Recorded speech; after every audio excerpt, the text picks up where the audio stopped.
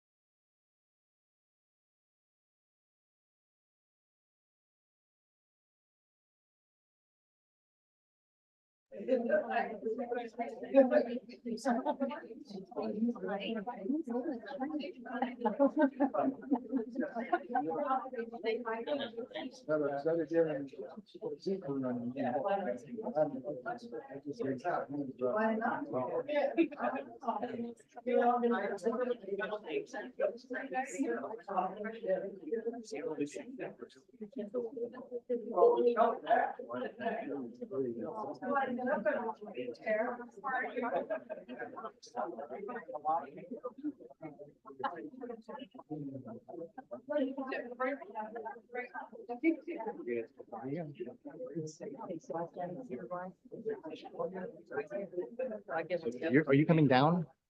Oh, yeah. You do like there, and do it. So get at mom and dad. Hmm?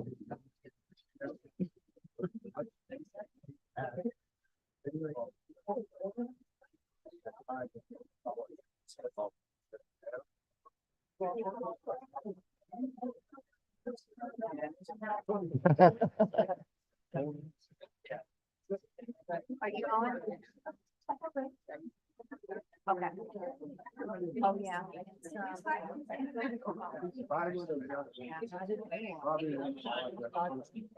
Of course. Oh,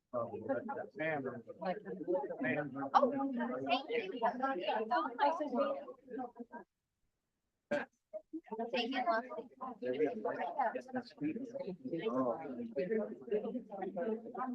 Oh, I can't remember. Oh. I don't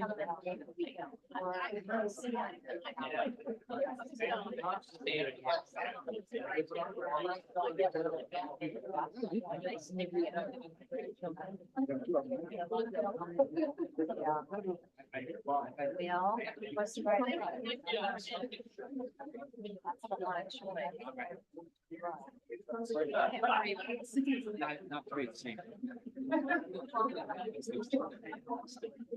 I don't know.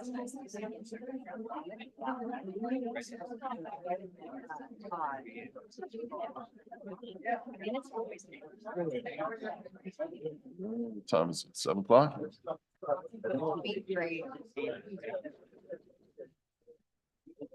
Ladies and gentlemen, we'd like to call to order the regular city commission meeting for March 19th, 2024 at 7 p.m. We have roll call, please. Commissioner Drosky, Here. Commissioner Hudak, Here. Commissioner Preston, Here. Vice Mayor Parnas, Here. Mayor Gans. Here, if we could remind everyone to please silence their cell phones. And we're going to stand for a moment of silence and our Pledge of Allegiance.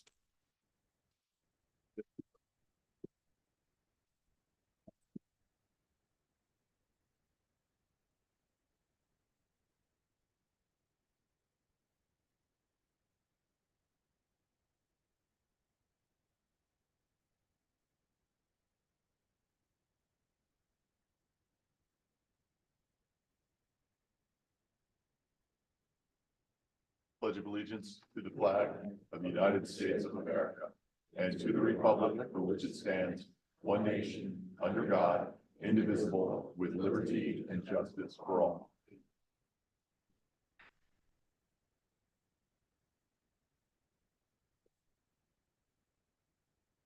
If we could have approval of the regular city commission meeting minutes from February 20th, 2024, March 5th, 2024, and our lunchtime workshop meeting minutes from February 23rd, 2024.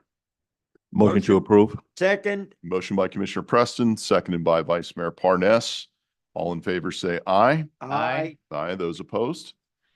Our acknowledgement of our city board meeting minutes for the firefighters pension fund meeting minutes of September 11th, 2023, November 6th, 2023, our planning and zoning board meeting minutes of January 4th, 2024, our code compliance meeting minutes of January 8th, 2024, cultural committee meeting minutes of January 22nd, 2024, our Hillsborough Inlet District meeting minutes of February 12th, 2024, and community appearance board meeting minutes of February 14th, 2024.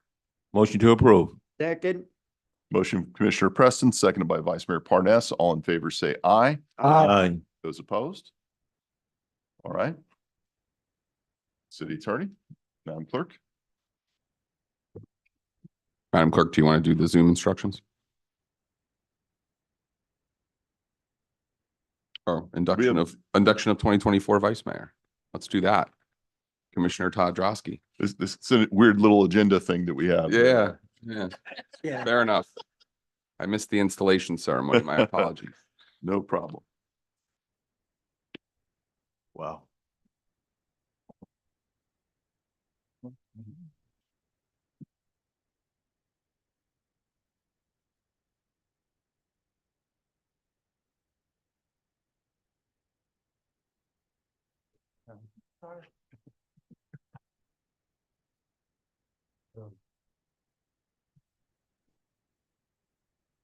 After me. I, Todd Brodsky, I, Todd Drosky, do solemnly swear or affirm do solemnly swear or affirm that I am a citizen of the state of Florida and of the United States of America that I'm a citizen of the state of Florida and the United States of America and a registered voter and resident of the city of Deerfield Beach and a registered voter and and resident of the city of Deerfield Beach, as shown by as shown by the public records of Broward County, Florida. public records of Broward County, Florida. I am being employed as vice mayor I am being employed as vice mayor of the city of Deerfield Beach of the city of Deerfield Beach and will be a recipient and will be a recipient of public funds. of public funds. As such, vice mayor, As such, vice mayor, I further swear I further swear or affirm or affirm that I will support the charter of the city, that I will support the charter of the city, the Constitution of the state of Florida, the Constitution of the state of Florida, and the Constitution of the United States, and that I will well and that I will well and faithfully perform and faithfully perform the duties of my office the duties of my office upon which I'm about to enter. upon which I'm about to enter. I do.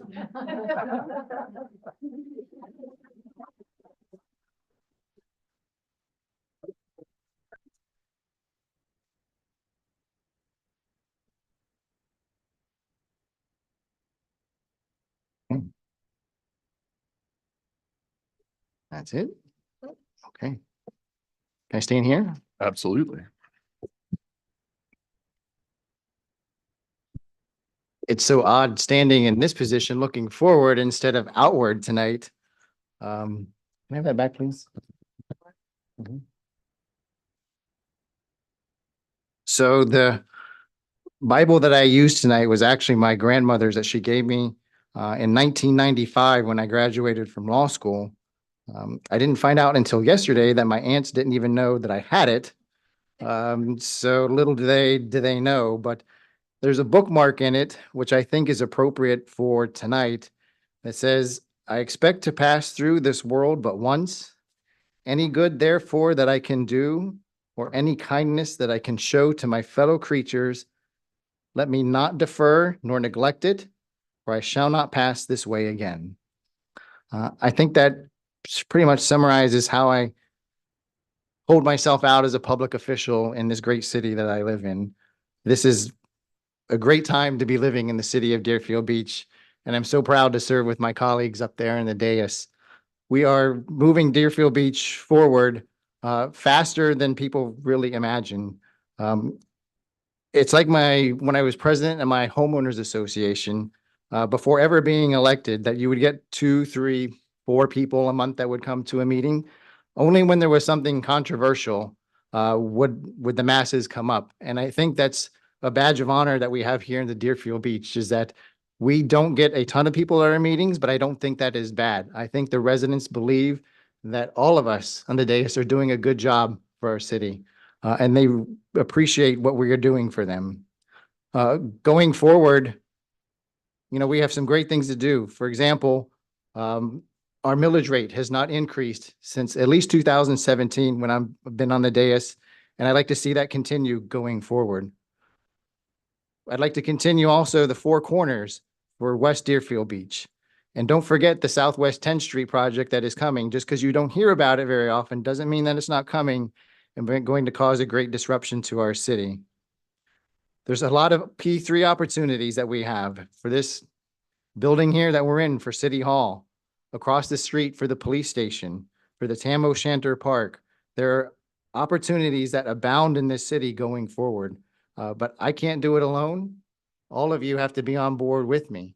Mayor, commissioners, this is something that we can do. I only have one more year left in office, and I've been proud to serve the residents of Deerfield Beach.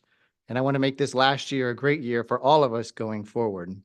To my friends and family behind me, who showed up at my urging as to what happens to the vice mayor of Deerfield Beach, the answer is absolutely nothing.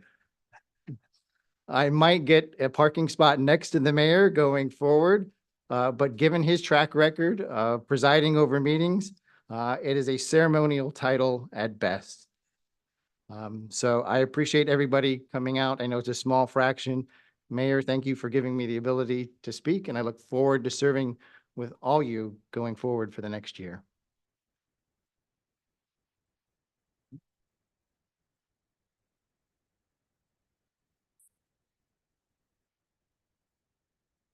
Former Vice Mayor Parnas, would you like to say a few words on your exit?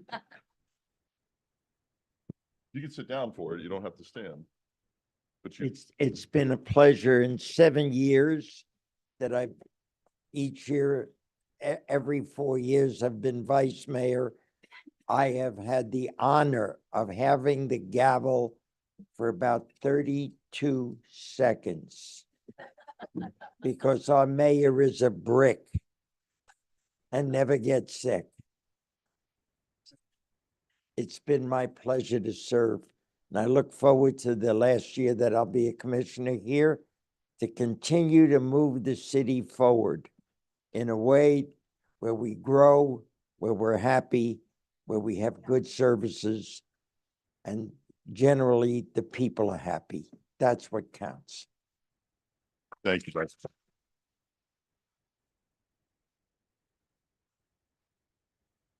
If we could have approval of tonight's agenda for March 19th, 2024. Motion to approve. Second. We have a motion by Commissioner Preston. We have seconded by Commissioner Parnas. All in favor, say aye. Aye. That's opposed. I guess we can do our Zoom information, and then if people need to leave, they can. If that's all right.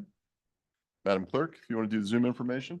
For those attending via Zoom online, wishing to speak under public comment or an item that's open for public input, please click raise hand at the bottom under the reactions tab, and your audio will be unmuted when you are recognized by Mayor Gantz. For those attending via Zoom by telephone, please press *9 to raise your hand, and your audio will be unmuted when you are recognized by Mayor Gantz. Please make sure your audio is unmuted on your end by pressing *6. Thank you. Thank you. We do have our awards and recognition. If everyone who is here and then maybe have to leave, if you don't mind waiting till we do that after our awards and presentations and recognition. Thank you. Commissioner Parnas.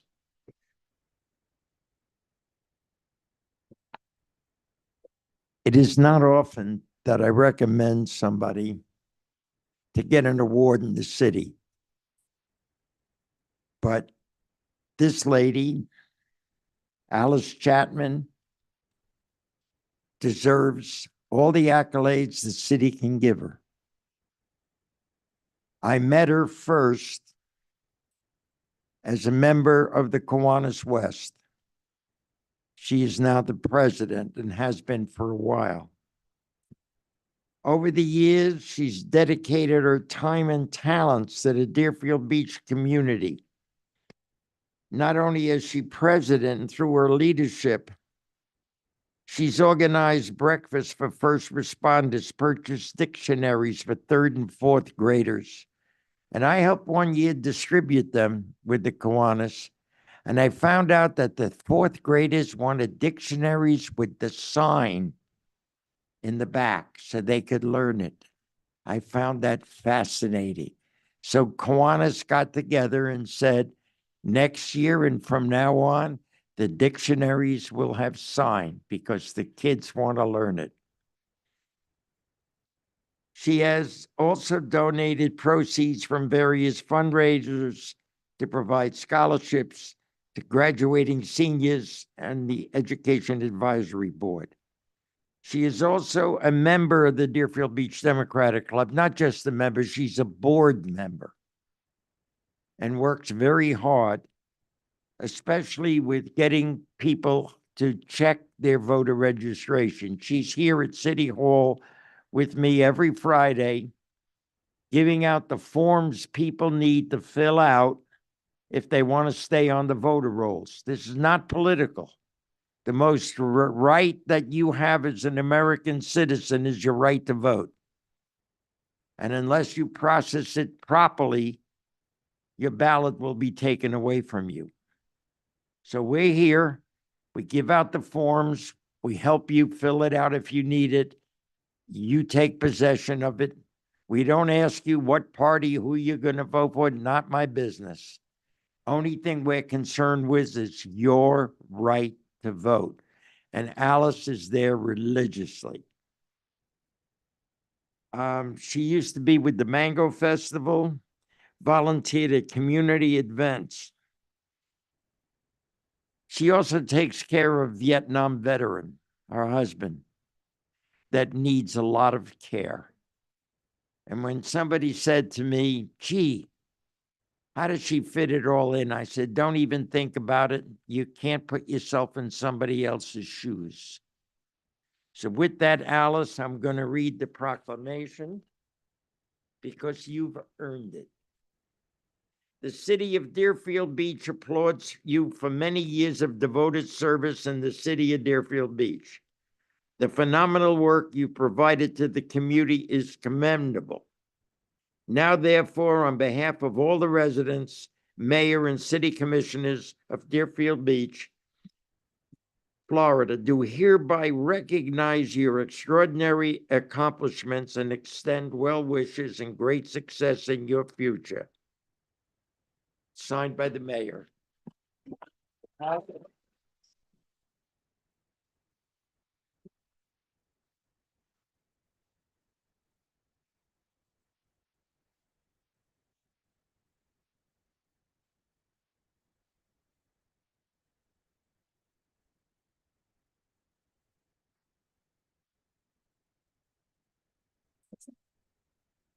Please go right ahead.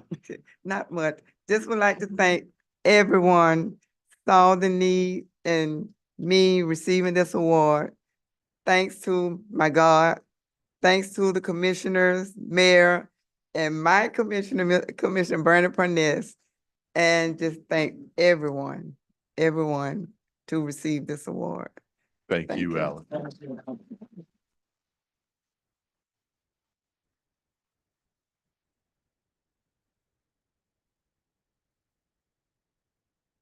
The next item we have on our agenda is our certificate of recognition brought to us by Captain Adam Hoffstein.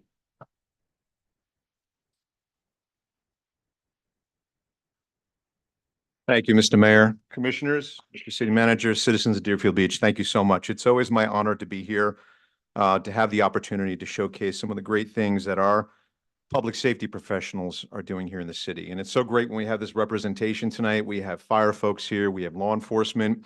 Also, in case you're wondering about all these young faces up here in green, yes, they're like, oh no, he's referencing us. This is the future of public safety here in Deerfield Beach. So these outstanding young individuals are dedicated to being our explorers, our police cadet explorers, and work very, very hard. They work hard in school, they work hard in life. Thank you. We're very proud of them. They're also award-winning. Our Explorer program leads in the state. So without further ado, I just wanted to bring to your attention some very interesting information that was provided to me. The agency conducted a comprehensive work analysis of our law enforcement and public safety services here in Deerfield Beach, and I was just pleased to be able to share some of that information with you and showcase some of the benchmarks that I'm very proud were achieved right here in Deerfield Beach. So as you know, we serve a city that's pushing now, dare I say, just under or just over 90,000 at any given time on spring break, of course, well over 100,000 folks coming and going. We handle approximately 65,000 calls for service a year. So that's about 65,000 times that a police officer or a deputy or one of our civilian staff responds to investigate or address some type of concern in the community. An interesting note, the breakdowns of the types of calls that we handle, in case you're wondering what those top 5 are. We handle approximately 15 to 20,000 police service calls per year. So that's the top category. A police service call is actually mostly a proactive activity by one of our deputies. It could be a foot patrol, it could be an area check, community engagement. So I'm proud that the leading type of call that we handle is our deputies actually taking proactive action in the community, whether it's engagement or fighting crime. Number two, you'll be happy to hear, Mr. Mayor, traffic stops. So traffic stops at about 7 to 10,000 are these are the top 5 activities that our personnel are conducting. Number 3, encountering and handling suspicious incidents, persons, or vehicles. So about 6,000 times a year, our deputies are out there, whether again, proactively or reactively investigating suspicious persons and things in our community. Coming up next are disturbances. These are not domestic in nature, but just any kind of disturbance happening within the community, whether it's noise related, neighbor dispute, someone causing some type of issue at a commercial establishment, et cetera, our deputies are responding to those. And our 5th slot goes to alarm calls, whether they're viable or actually correlate to something that's criminal in nature or not. We're responding to about 3,000 to 4,000 burglary alarms per year. What I'm happy to share with you is the benchmark we achieved in our response time. So as you can imagine, especially since COVID, many law enforcement agencies throughout the country are facing staffing challenges. And there's some interesting numbers for you. The average response time for a police officer from the time of dispatch to respond to a call nationwide is about 10 minutes. A high for you, and I'm sorry to pick on anybody specific, but it is interesting to point out, New Orleans, for example, has an average police response time, this is not emergency, of about 146 minutes. So on average, it takes 146 minutes for a police officer to respond to a call. In New York, for example, it takes approximately 33 minutes. So I'm happy to report a comprehensive analysis shows our average response time here in Deerfield Beach for a police officer to respond to a call is 4 minutes and 40 seconds. So thank you. And again, I'm just the conductor in this orchestra. I'm very proud of our folks that achieve these benchmarks and are really providing great service to the community. Just to round out some of the other interesting statistics, our top case or top crime that we address is probably not surprisingly larceny and theft. And this is driven by the scourge of organized retail crime that we deal with. We have a lot of commercial establishments and businesses, as you know, here in the city. And we have a very comprehensive task force that works against this problem, but that is our number 1 crime category. Number 2 are assault and battery offenses, so people crimes. That makes up about 11% of the total cases we handle. Next in line at about 5% of our total crimes are property damage and vandalism, whether by design or negligently. And rounding out the bottom, which I'm actually pleased that these are the bottom categories because we buck the trend compared to a lot of other municipalities, adjacent jurisdictions to us, is our motor vehicle theft and burglary are at the bottom, comprising only 3% respectively and 2% of our total crimes handled. And it's still a scourge. And I'll always say with a disclaimer, not even one burglary or theft is acceptable, and we'll always aim for that benchmark, however high. But I'm very proud of the measures that we've taken to reduce those types of crimes. So most importantly, if I may, without further ado, because our time is precious, gentlemen, will you come forward, please? You know, I talk about numbers and I talk about benchmarks and I talk about metrics, but most importantly, it's to recognize the folks that are behind the scenes that are actually making that magic happen. And this is just a small sampling of our 151 law enforcement personnel that we have here in this city. But these folks here, I'm very proud to present to you are our top achievers, not only for the district, but also for the agency. So this report specifically recognizes them. And mind you, we're an agency of 5,500 personnel between civilian, law enforcement, fire, and Department of Detention. But out of our approximate 2,000 or so law enforcement staff throughout the agency, these gentlemen here were not only top performers for the city here in Deerfield Beach, but also stand out agency-wide as top performers. As a matter of fact, for 2 categories, field interviews, which is making contact, for example, with suspicious persons in your community or anywhere throughout the city, and for the issuance, Mr. Mayor, of traffic citations and traffic enforcement, our personnel rounded out 50% of the performance benchmarks achieved agency-wide, just from Deerfield alone. And that would be, for example, Deputy Conrado Marrero, you'll have to guess which handsome individual is which up here, was the top deputy in the agency, let alone for Deerfield Beach, for his proactivity, 265 field contacts. So this is who's out there at night while we sleep, and really doing amazing police work. We have Mark Barry here, who you may see him out there in his ubiquitous green pickup truck because he is our traffic enforcement machine and also our resident expert for commercial vehicle enforcement. And he is just out there putting his heart and soul into this. And he's also the #2 in the entire agency for 2,741 citations issued. So really amazing work. Rounding it out, so Deputy Lee's here in the middle. One of our newer deputies hits the ground running. So Deputy Lee's was not only #1 in handling crime investigations at 142 for the year, but he also is in the top 5 for 3 other categories for the number of calls for service handled, 1,218 calls for service this young deputy's handled, 114 field interviews, not up there necessarily with Conrado, but not too far behind, and 54 arrests. So that was actually unheard of here to see him in so many categories, and we're very proud that he serves here in Deerfield Beach. Thank you. And last but not least, this gentleman on the end, Neil, who puts his heart and soul into our community outreach team and does just amazing work in the community, but also was the top performer in the district for the amount of calls for service handled at 1,221. And of course, last but not least, you know, kind of varies in seniority here, but this gentleman here in the end, Deputy Seedig, who's a long-term veteran of the agency and of Deerfield Beach, a field training deputy, also tops out our top arrests for the district at 94 arrests for the year. And this is undoubtedly one of the reasons why this community is so safe. So thank you very much for the time to recognize these deputies. Mr. Mayor, if you'd be so kind to come down.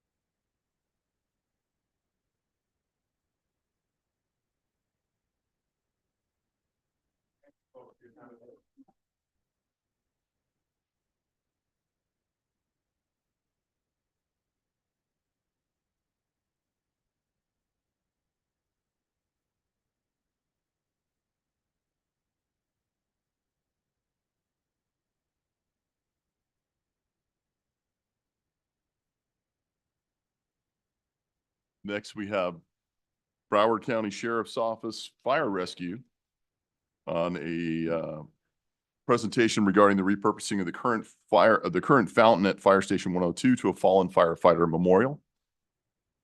Who will be making that presentation? Chief?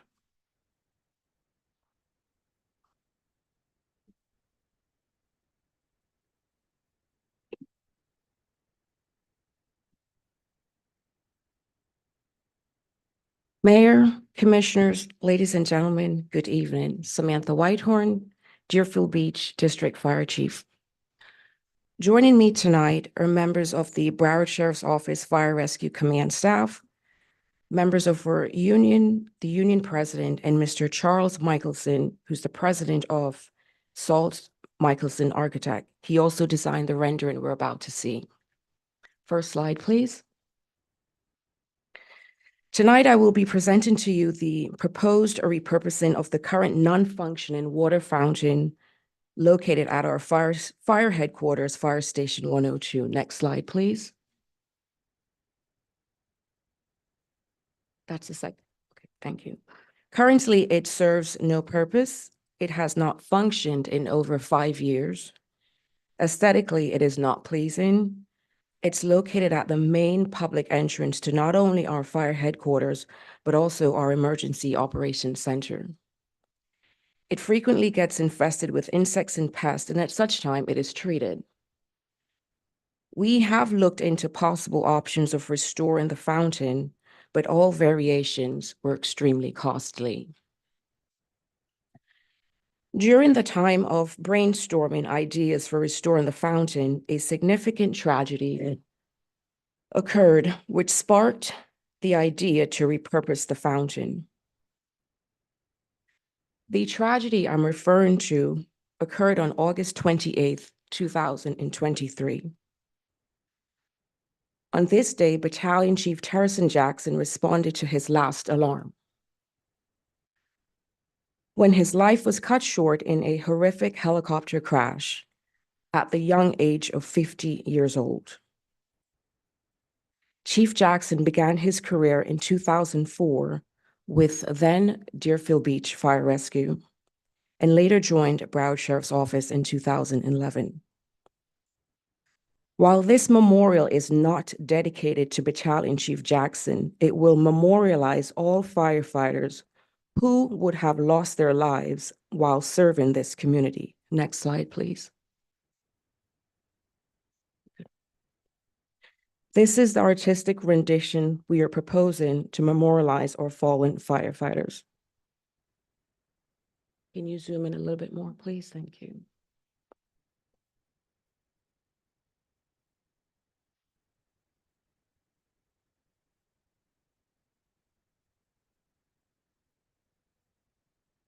If I may just elaborate on what we're looking at.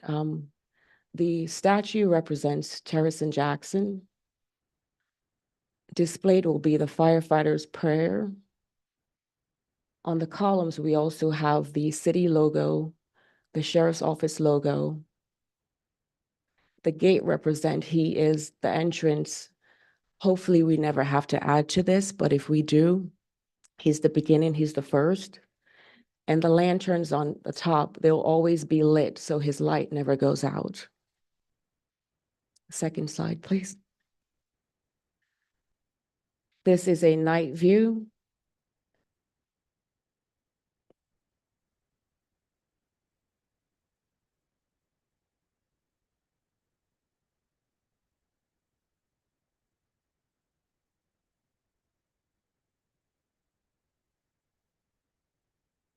And that's the night view. The estimated cost of this project is about $400,000 to $450,000. We are striving to have it fully funded via charitable donations. At this time, I'll introduce our union president, Steve Bertuccio, to speak more on the charitable donations.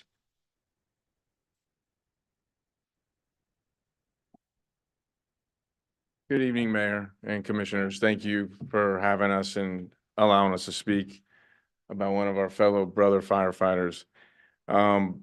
Our union, as well as our benevolent, have a 5031C non-for-profit charity account. So whichever way we come up with together with your help, with help of Chief Whitehorn, like either it's a GoFundMe, Give and Go, whatever type donation module we pick on the internet, we'll choose that. And we can also use our charity account to store the money until it's no late needed. We'll also be getting with some of our sponsors for other events and see if they'd like to give a donation as well. But we're pretty much the ones that will be holding on to the money legally until we can use it to put the statue up. And that's all. Any questions? Yes, sir. Commissioner Preston, go ahead. So I like the presentation. I think this is a great idea. That fountain has been there forever, and as the chief said, it's not serving any function at all. So specifically right now, what can the city do to help this project? What do you need from us as far as a commitment? Right now, I'm asking the permission to repurpose it, giving us the green light to start collecting the funds. And so I'll just give you a timeline before I answer that. You may have other questions. So the amount that we're trying to collect is $450,000 via donations. We're going to start from tomorrow, and the deadline, the last day for us to collect will be August 28th, 2024. The reason for that date, that is the anniversary of the incident. And we plan on hosting a golf tournament on that day, and that'll be the last day to collect. And at that point, whatever we've collected, I'll come back to the commissioners and present and let you know where we are. And then from there, hopefully be able to start actually getting the project done. So going back to your question, what do I need from you tonight is to give us the okay to do this. Okay. Commissioner Hudak? Thank you, Mr. Mayor. This is an absolutely tremendous idea. And something that I fully support, being the son of a New York City firefighter. It's near and dear to my heart.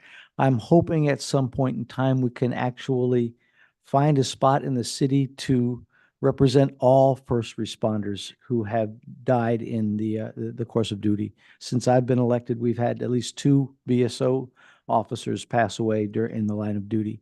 So hopefully, there's another spot, hopefully, that we can look to expand that. Not only do I think this is a tremendous idea, I'd love to see if the city can also donate some funds to this cause.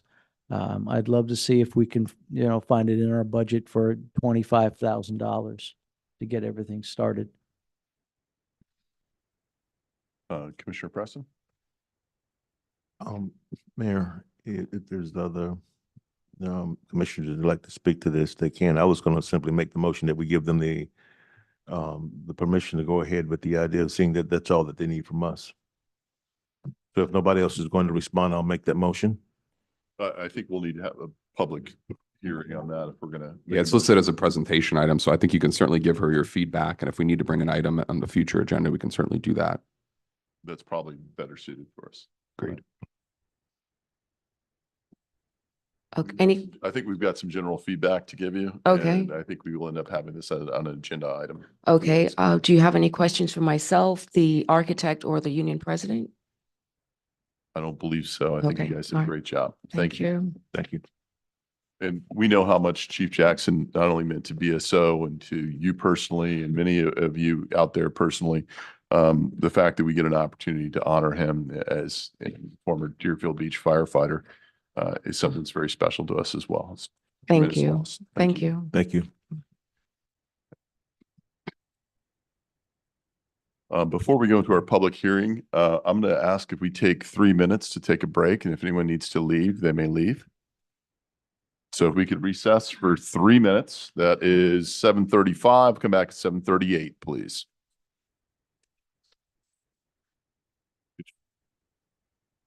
I know. Did a great job. You doing? Good to see you. Proud of this guy. Oh, yeah. Me too. Thank you for coming down. I appreciate it. How you doing?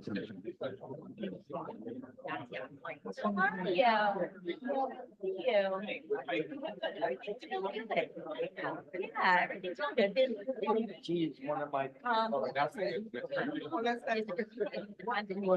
Before you go, I know. Funding it to the nonprofits, right? Yeah. It is. You have my cell? What? Okay. You want to get a picture? Oh, yeah. Wait, we'll come down. We'll come down. Come on down to you. Sorry. Yeah, all right, all right. I'll see you if I don't see you before then. Yeah. It's on. All right. Okay. Okay, I'm gonna take it. I might be Okay.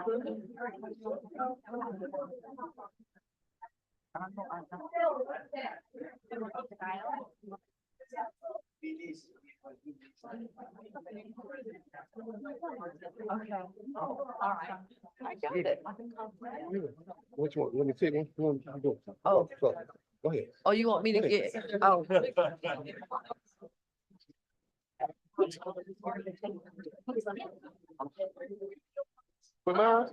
Okay, I'll do it. Okay. I don't have it. If anybody's way.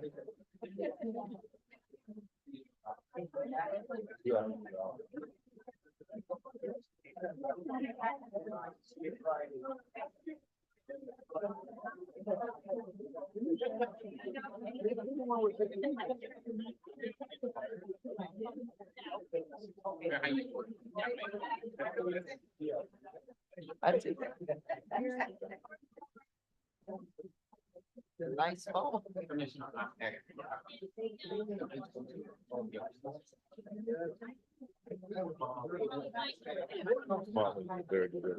I know, she be on us a lot That's a good thing. about everything. Like, I'll tell you something. Take care of mom.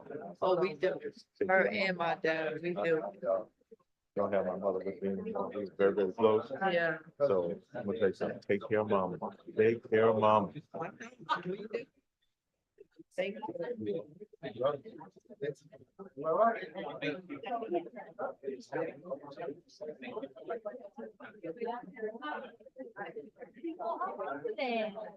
Ignore me.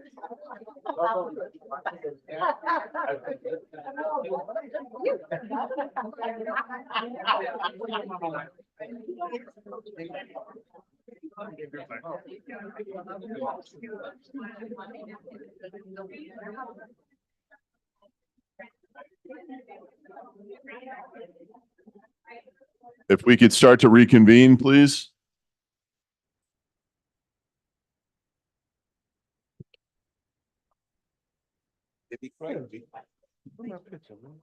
Mr. Scott?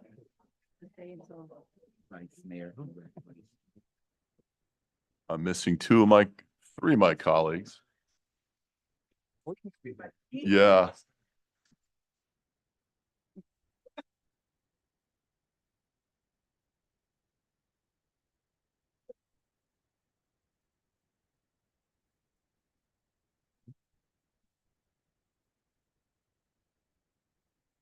Oh, yeah.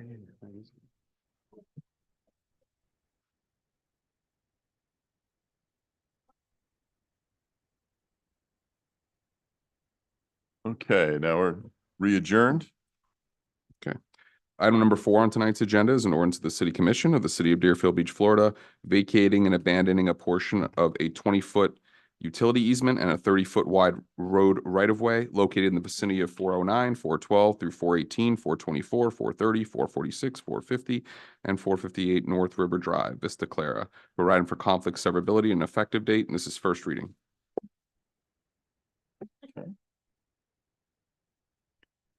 City Manager?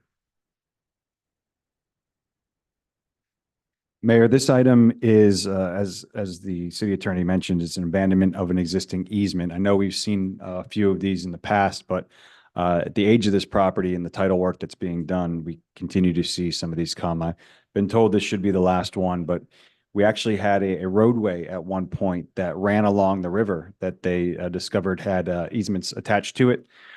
So we need to abandon that particular easement in order for the project to move forward. And again, this is part of the title work.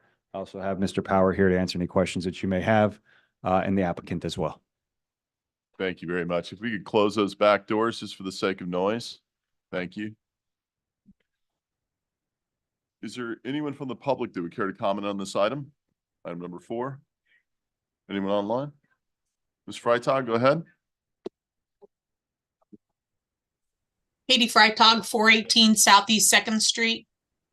I have one question regarding all of these. If it is to the benefit of a builder to allow them to take over that space, is there a reason we're not charging them for it? I know it's an abandoned, I know that it's an easement that the city is responsible for. They own it. But is there a way that we can actually ask the builder to pay for it? Maybe we could recoup some of the funds from other properties that we have to pay for when we're not supposed to be using them? Thank you. Thank you. Anyone else online? Yeah, I'm gonna close it to the public. Staff, do you want to make a quick presentation?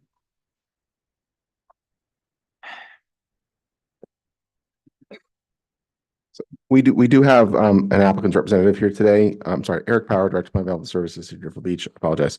Our applicant gave a brief presentation about this, but I think what you'll find is that these are not actually city easements.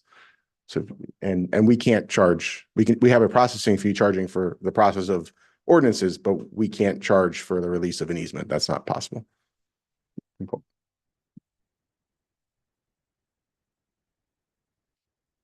Good evening, Joshua Horning. I'm with Kimley Horn, Project Manager. 1615 South Congress Avenue in Delray Beach. So yeah, as city manager mentioned, we have come before you before for some easements on this same property. There was some, I guess there was some title work mishaps. The survey didn't capture all of it, so we're back to do a couple more here. There's a construction easement, and also the right of way, as was mentioned, that is actually now half in the Hillsborough Canal, because of the years of eroding away. The canal has eroded away the bank, and so now the right of way is actually halfway into the water. So again, just cleaning up the property to make way for the proposed development, which was approved previously by the commission. And guess we can just go to the. So here is just an aerial overview. This will be pretty quick overview, and I think you all have seen this. Right there, north of Hillsborough, off of First Avenue, adjacent to the Hillsborough Canal. This is the proposed property that we will be building the future residential community on. Next slide. This is a survey that indicates the construction easement that's being abandoned, as well as the Cozzin and Bracknell roadway right of way there. That, again, as you can see, is halfway in the canal. Next. Yeah, brief. So Excellent. there we go. I'm here for any questions. Perfect. Does anyone have any questions, Commission? Motion to approve? The public rooms. Already did. Oh, you did? Yeah. Second. We have a motion by Commissioner Parnas, second by Commissioner Hudak. We have roll call, please. Commissioner Hudak, Yes. Commissioner Parnes, Yes. Commissioner Preston, Yes. Vice Mayor Drosky, Yes. Mayor Gans. Yes. Thank you. Thank you. It's my understanding items number 5 and 6 will be presented together, so I'll read both titles into the record. We will need separate votes on each item. Item number 5 is an ordinance of the City of Deerfield Beach, Florida, authorizing the issuance of debt obligations of the city in an aggregate principal amount not to exceed $14.5 million to provide funds together with other available monies to pay the cost of certain municipal capital improvements and to pay costs of issuance of the obligations, providing that such obligations shall be secured by and payable from monies deposited in the debt service fund established for the obligations derived from the city's covenant, the budget and appropriate non-ad valorem revenues as shall be set forth or provided for in a supplemental resolution to be adopted by the City Commission prior to the issuance of the obligations, providing that, subject to the limitations herein contained, the terms of such obligations shall be established or provided for, and the obligation shall be sold as provided in the supplemental resolution, authorizing the taking of other actions relating to the obligations, providing for conflict, provided for severability, and providing an effective date. That's second reading on the ordinance. Item number 6 is a resolution of the City Commission of the City of Deerfield Beach, Florida, authorizing a loan in the aggregate principal amount of not exceeding $14.5 million to provide financing for certain municipal capital improvements and related costs, authorizing the issuance of special obligation non-ad valorem revenue bond, Series 2024, to evidence such loan, making findings and determinations as to the loan and the Series 2024 bond, accepting the lender's proposal to provide the loan, and purchase the Series 2024 bond, providing that the city's obligations under the loan and the Series 2024 bond shall be secured and payable from pledged funds consisting primarily of the legally available non-ad valorem revenues of the city, approving the form of a loan agreement with the lender and authorizing the execution and delivery of the loan agreement and the Series 2024 bond, authorizing other required actions in connection therewith, providing that inconsistent resolutions shall be inapplicable, and providing an effective date.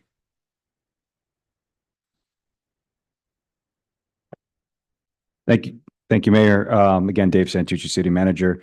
The first item is the second reading of the ordinance, which authorizes the issuance of the debt for non-ad valorem revenue sources. This item was given in a presentation at the last meeting when we did the first reading. And then the item number 6 is the actual resolution for the loan agreement. So just to recap what was presented just 2 weeks ago, the revenue sources for this, of course, are non-ad valorem revenue sources, and they are to consist of the following projects in the borrowing that we are currently going after, which are the ERP system and implementation, the International Fishing Pier restoration, the city bridge rehabilitation design for Southeast 15th Ave, citywide street lighting upgrade project, Pioneer Grove corridor redevelopment improvements, and also, of course, the cost of issuance and borrowing is also included in that total amount. And the city did go out through an RFP process. We received several responses. We were looking for two variations in terms of a term, a 20-year and a 15-year term amortization schedule. And ultimately, we're looking at the 20-year amortization schedule. We have not locked the rate yet. We wanted to wait until we received authorization from the commission, and we'll be locking a rate soon thereafter. I have Mr. Cole here from Davenport on Zoom with us this evening. He did present to you the last time. He could give us a little bit more detail about where the rate probably looks today, and answer any other questions that you may have. That's all. Thank you. Can we get some clarification on where the rate is today? Sure, absolutely. Here's what I found. Oh, thank you. We don't need you guys. Never mind. Good evening. This is Ted Cole with Davenport. Can you all hear me okay? Oh, yeah. Sure. All right, great. Well, appreciate being a part of the meeting. As the city manager said, correct. We have not yet locked the rate. We are sitting at approximately a rate of about a 4.45%. And we could lock that rate as soon as tomorrow if everything goes as planned this evening. So we are still floating. There's a formula that was provided by the bank so we can track it. But as soon as we're ready following this evening's meeting, if everything is approved, we'll be able to lock that rate and close within, another 2 to 3 week period. Thank you. Is there anyone from the public that would care to comment on either item 5 or 6? Yes, sir. Yes, come on up.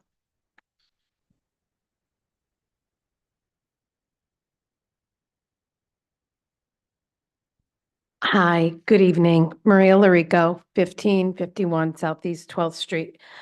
So I think I've raised this issue previously since December. This will be my third time. And my background is in funding. So I have a company, I named it after my son, Sky Funding. We do this work. I am asking you to pause. When anyone tells me we're at the races, let's go, the rate could go down to 440 for you shop it out. Has it been shopped out? I'd like to remain local. I don't want to see Deerfield Beach's business. I'm not saying it has to go to my funding organization, but I could name 2 local banks that would love to have this come across their desk and benefit where we live. And Paradise Bank is one that I would hope that you would visit and have them do a presentation of your funding. The other thing that really bothers me, I've said it a million times, we kind of joke when we can get somebody to pay the origination fee, especially out when they re-up it, when they take it back again and they don't negotiate getting it for less because most of the work is already done, right? So generally it's your traveling expenses, your attorney fees. And if you ask for that to be given to you, what those fees in particular are that the origination is, there has to be some consideration. And believe me, somebody else will give it to you when you go. So I'm just going to read this in. I want to thank Ted Cole for Davidson Group for his honesty at the last Deerfield Beach Commission meeting. When I asked if he had any of the fees from this transaction would go towards covering the next borrowing, which according to Mr. Cole may occur only 12 months from now. Mr. Cole responded that the 155,000 fee is a one-time fee only for this transaction, and that the city would have to pay a whole new set of fees when and if the next borrowing occurs in the very near future. While Mr. Cole's honesty is exemplary, the city is not getting a very good deal from Davidson Group. I'm very familiar. Would you like another minute to complete Thank your you. point? Yeah. I am very familiar with the two tranche loans, such as this one. Without exception, the borrowing entity is given a discount on fees for the second loan, which pays off the loan you are being asked to approve tonight. Think of it logically like this. If all the Davidson Group has to do in 12 months is just update a few numbers on the report and/or documents that they're already prepared for this loan, their time invested in the refinance will be minimal. Thus, they should not be entitled to the same fee they are earning on this loan. This scenario happens all the time in the investment world, and it is a shame that the Davidson Group did not voluntarily offer to negotiate the discount to the city at this time as part of the approval process for this loan. However, Commissioners, you do have one last chance this evening to rectify this oversight. Thank you, Ms. Sure. Thank you.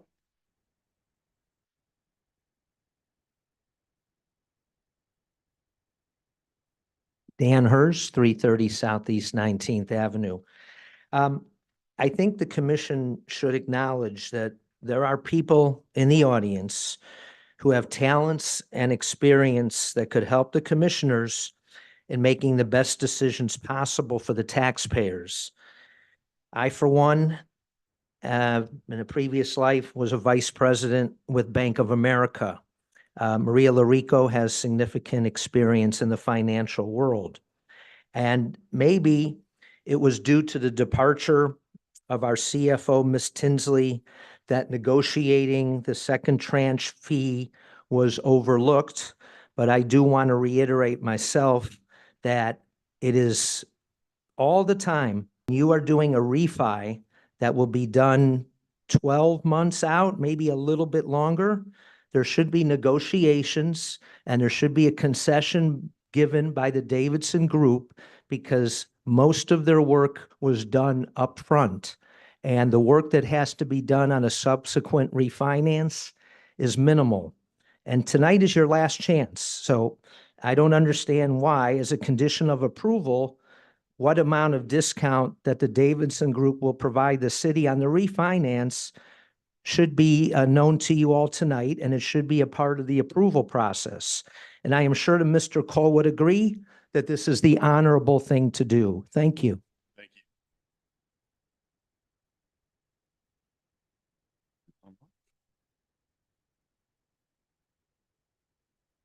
Good evening, Bob DeChristopher, 517 Northeast 6th Avenue.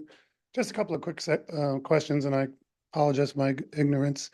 But on this, is this a single draw? Is it 14.5 million on the first day that we signed the papers? Or is it drawn down over time? I understand the time it takes for a city to do a project. So are we holding this money and paying interest on it while the projects are not moving forward or not getting done at the same speed as we'd like? Or do we draw it down as you would the construction loan? And secondly, if we have to take a lump sum, is it legal to arbitrage that money and say buy a treasury bill for 5.5% and actually make money on the money? So that's my question. Thank you. Thank you. Anyone else online? Okay. I'm going to close it to the public then. Mr. Santucci, can we answer maybe some of the questions we had there? Yes, Mayor, I'll take some of them. I'll leave some to Mr. Cole. First and foremost, I want to just reiterate that this loan that you are approving has nothing to do with the utility bond that you approved at the last meeting. This is general fund projects. Okay, and there's no at this time there's no plan for refunding this particular loan at this time. So I will have Mr. Cole probably speak to you a little bit about the amortization and how far out the city would be able to refund this. But this is not what you approved at the last one. I'm also going to assume that we're talking about the Davenport Group and Mr. Cole's firm. And I'll have him discuss a little bit more about what those fees are, because they're not all his. There's a couple other legal fees and the bond counsel and other things like that that play into that total fee there. So as an RFP, any bank could submit a proposal to compete for the city's business. And in this case, the city did go out on RFP, and we received responses from, I believe, 6 banks. Is that correct, Mr. Cole? That's right. Okay, 6 different banks. And each one of those banks provided various proposals in terms not only in terms of just the interest rate, but also other various terms that the city had to analyze. So we did not receive a proposal from Paradise Bank, but the firms that we did receive proposals from, Mr. Cole, do you have that in front of you? I'm trying to find the names of the banks as we speak. Yeah, I will pull that up here in just a moment. TD Bank, which is the one we're proposing to move forward with. Webster Bank was another one that presented or proposed. We sent it to, gosh, nearly 100 different banks, got 6 proposals, and I'll have to just pull up the other banks that proposed here in a moment. But I would say that you're correct in that this loan, the Covenant to Budget and Appropriate loan, is a 20-year financing is what's being recommended. No plan to refinance that or take it out in a year. That was part of the discussion on the revenue bond that is scheduled to close here in another week or so. This one is 20-year fixed rate. Maybe there's an opportunity down the road to refinance it if rates move lower, but that's no predetermined plan that would take place. So we don't know whether there will be another transaction associated with this or not. Sorry,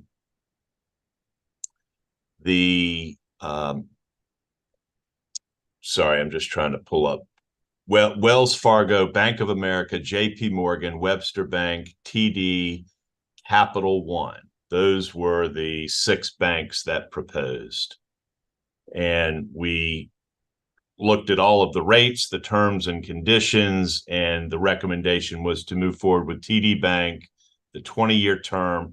You do have the ability to refund it or pay it down early after the first 3 years, but that would only be done if there were an opportunity to reduce the rate and create savings, or if you had excess dollars available to pay it down early.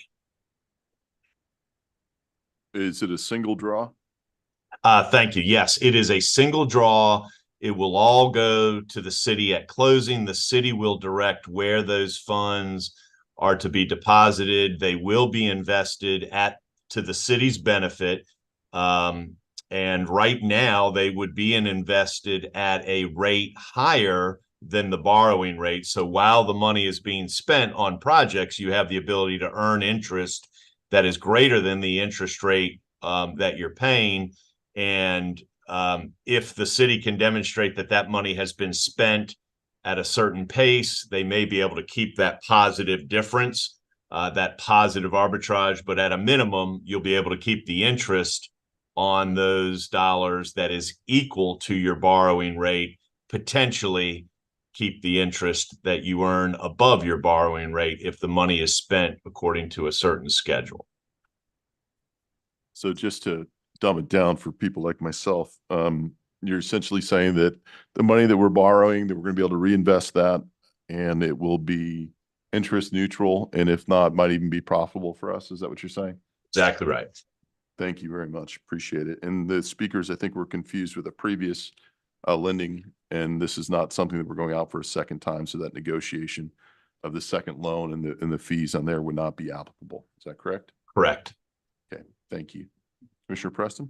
Yes, Mr. Cole, my question is this, is there an opportunity for the city to save money here as this process goes forward?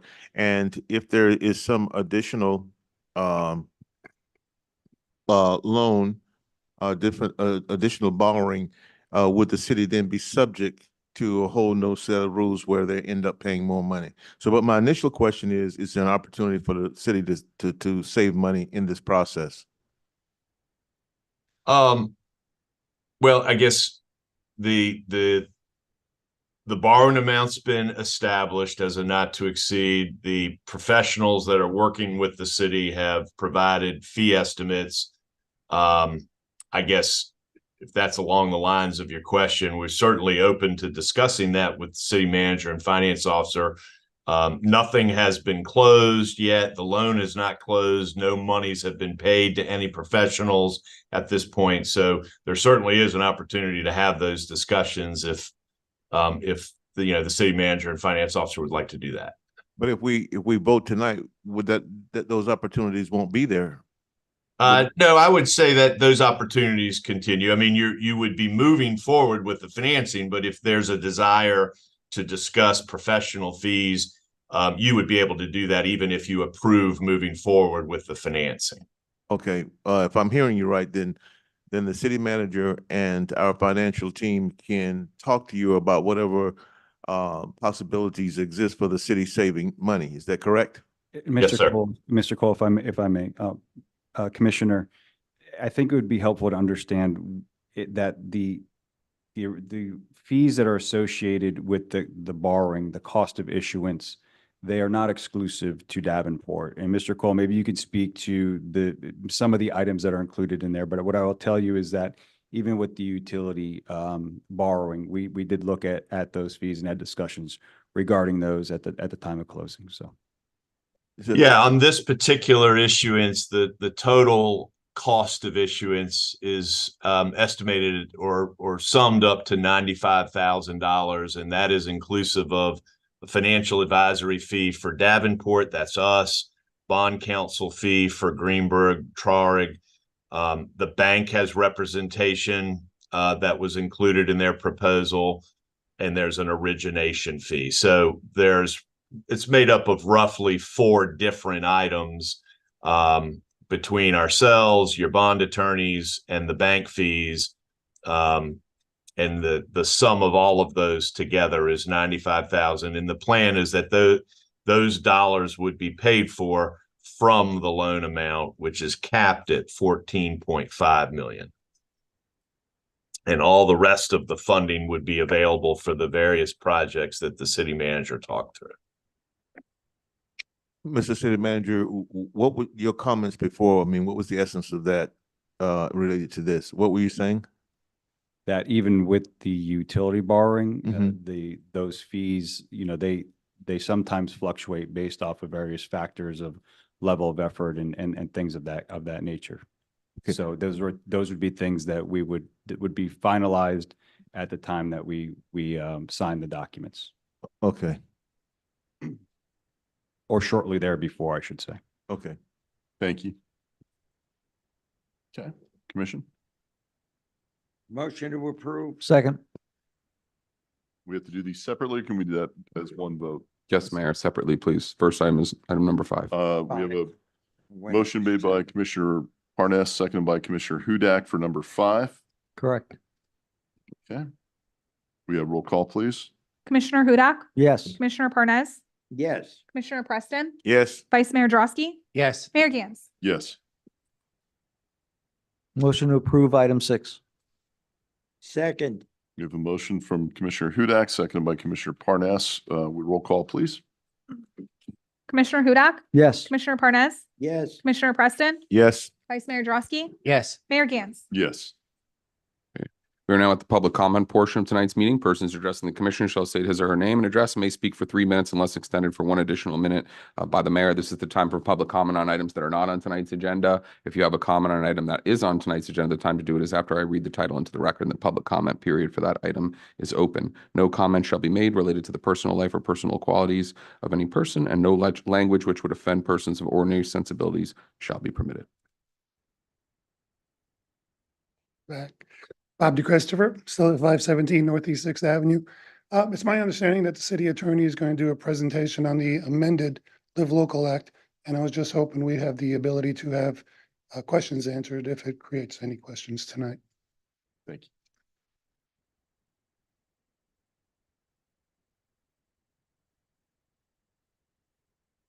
you. Irene Parker Steckert.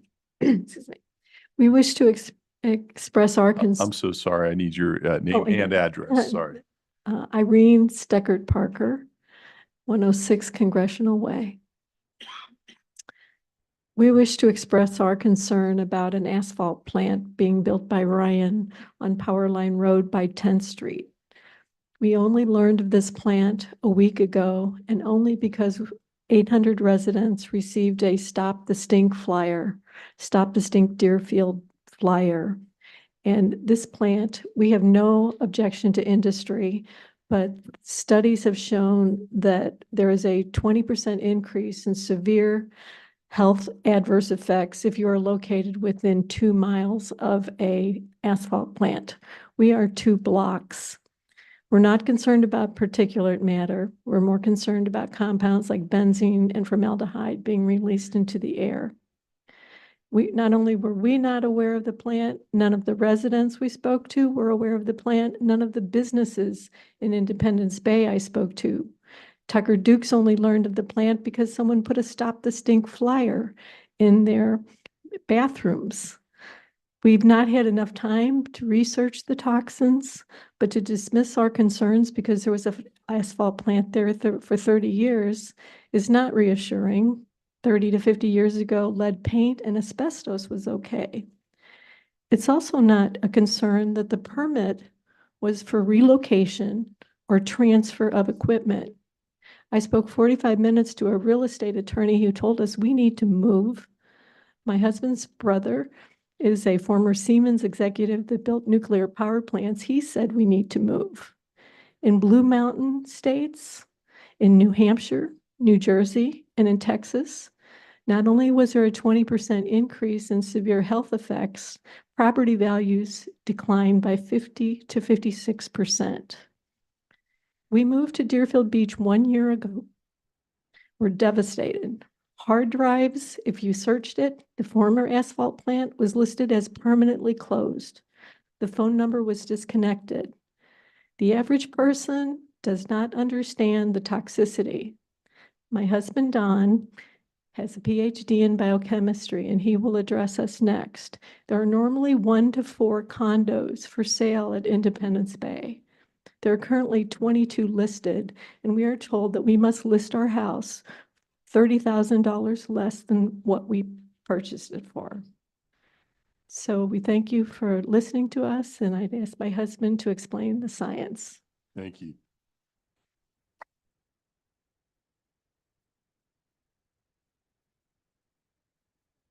Hello. My name's Don Parker, and I'm a resident at Independence Bay, which is 1.3 miles across from the newly construction of the asphalt plant. I don't pretend, nor am I. Mr. Parker, if you can pause for a moment. Did you just give me your address for the record? I know you're with. Oh, yes, the I'm previous sorry. speaker. 106 Congressional Way, Deerfield Beach. Thank you, sir. Go right ahead. You're welcome. I don't propose to be an expert in asphalt plant fumes. However, my education is in chemistry, and I hold a PhD degree in biochemistry and a Master's of Science degree in organic chemistry. What I would like to talk about are some comments concerning toxins and health issues with an asphalt plant nearby, which this report was taken from Google on the internet, and it concerns a town in Lisbon, New Hampshire, and they have proposed all of these comments, which are very extensive.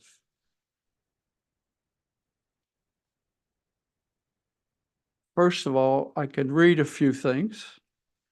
Asphalt fumes are known toxins.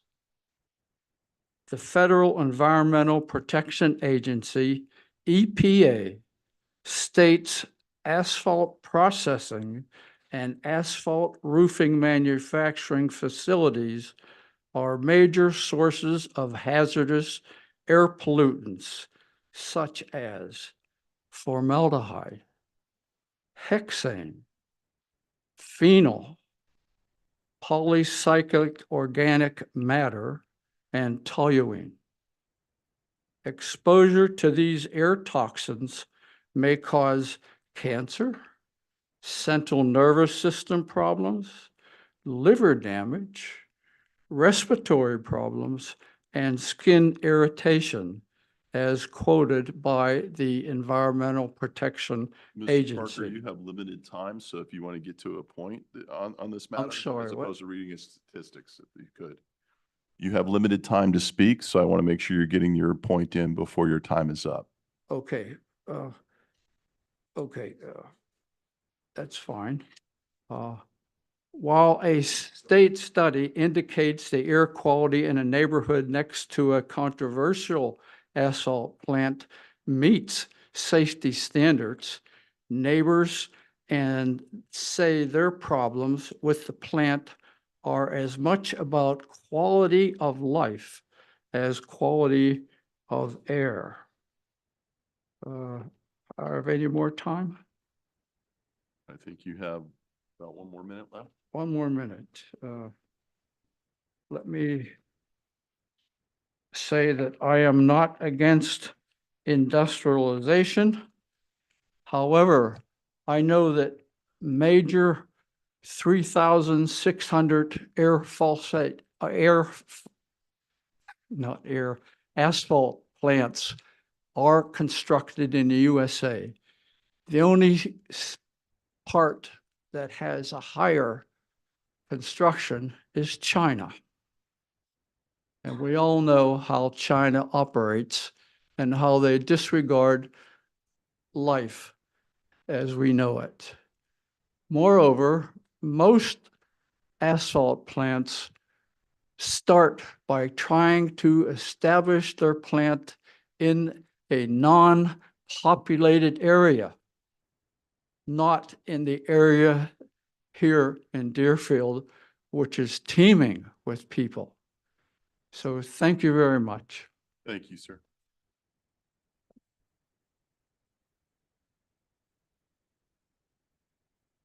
Freitag? Evening, Commissioner, Mayors, Katie Freitag, 418 Southeast Second Street.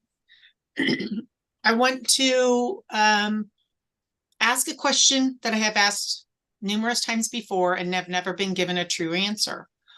Maybe we could have a workshop on it as to what the DIAS sees as the future of Deerfield Beach.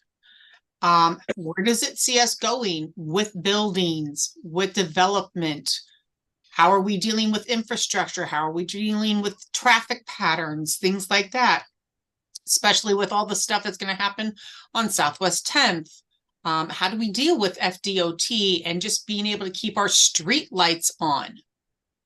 Maybe we could have more of a discussion and not just a you get 3 minutes and that's all you get time frame, to have a real true workshop so that the DIAs can hear what their constituents really truly want to see Deerfield Beach turn into, instead of just approving every building, every project just because people's pockets, developers' pockets are getting lined. And by using the scare tactic that if we don't build it, we will die is wrong. It should not be brought up that way. That is not how you present your opinion to your constituents. Thank you. Thank you. Go ahead, Mr. Hurst.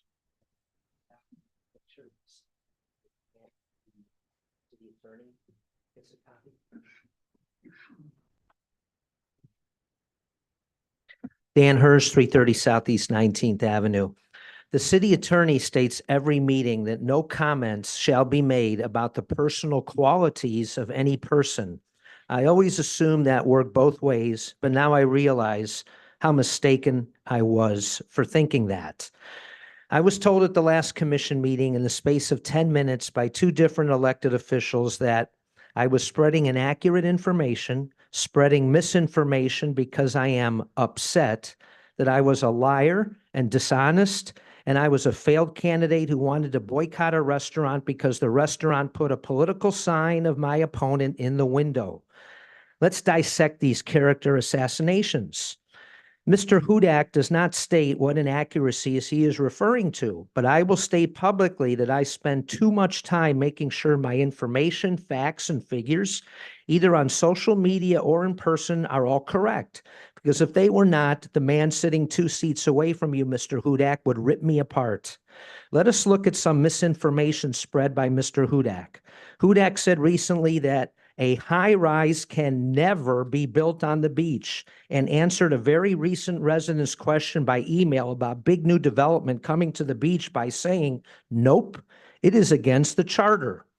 We will hear soon from the city attorney how misinformed those statements are. Misinformation is something Mr. Hudak has been a part of even before he was ever elected. Look no further than his libelous campaign postcard that you all have in front of you. He quotes, "Hers wants to sell his hotel on A1A to a sober home or rehab facility," and this defamatory quote, "I will sell my motel to the entity that can pay me the most money, and that is a sober home or rehab facility."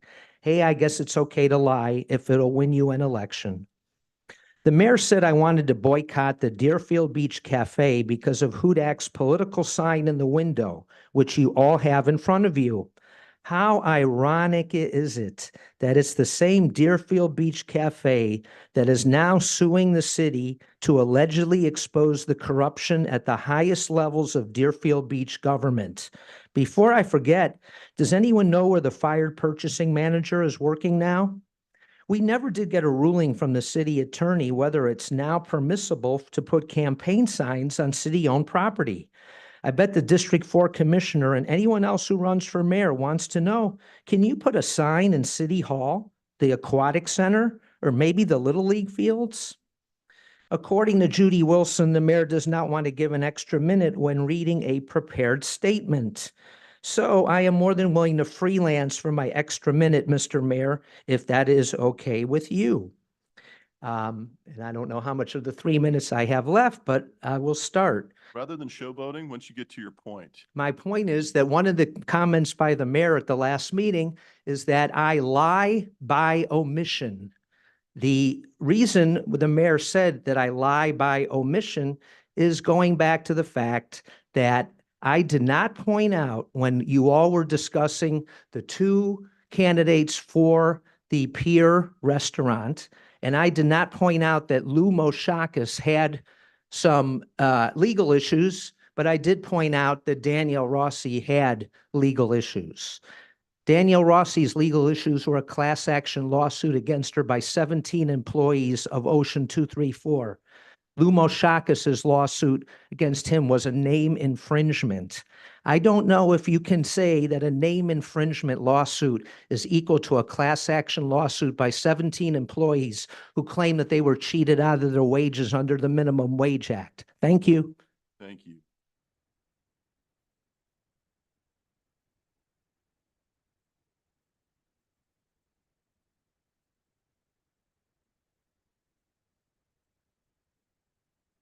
My name is Joe Hines, 559 Northwest 47th Terrace. I live a couple miles away from the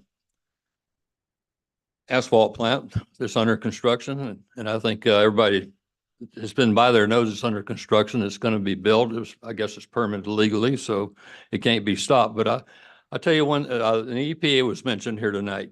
I'll tell you one thing that the city can do about this, if the city has a problem with it, if the neighbors have a problem with it, and that is to continually monitor the output from this plant. Now, I'm sure this plant's going to have the most modern detection devices and all that. Supposedly, that's what we're being told, but who knows? The city can do something on its own to maintain proper clean air for all the citizens of this city. And I did work in an asphalt plant one time, and I know that's about the nastiest thing I was ever around in my life, but that was a long time ago. I know they have been modernized, but we need to keep an eye on this thing and just make sure that it doesn't do any harm to us. Thank you. Thank you.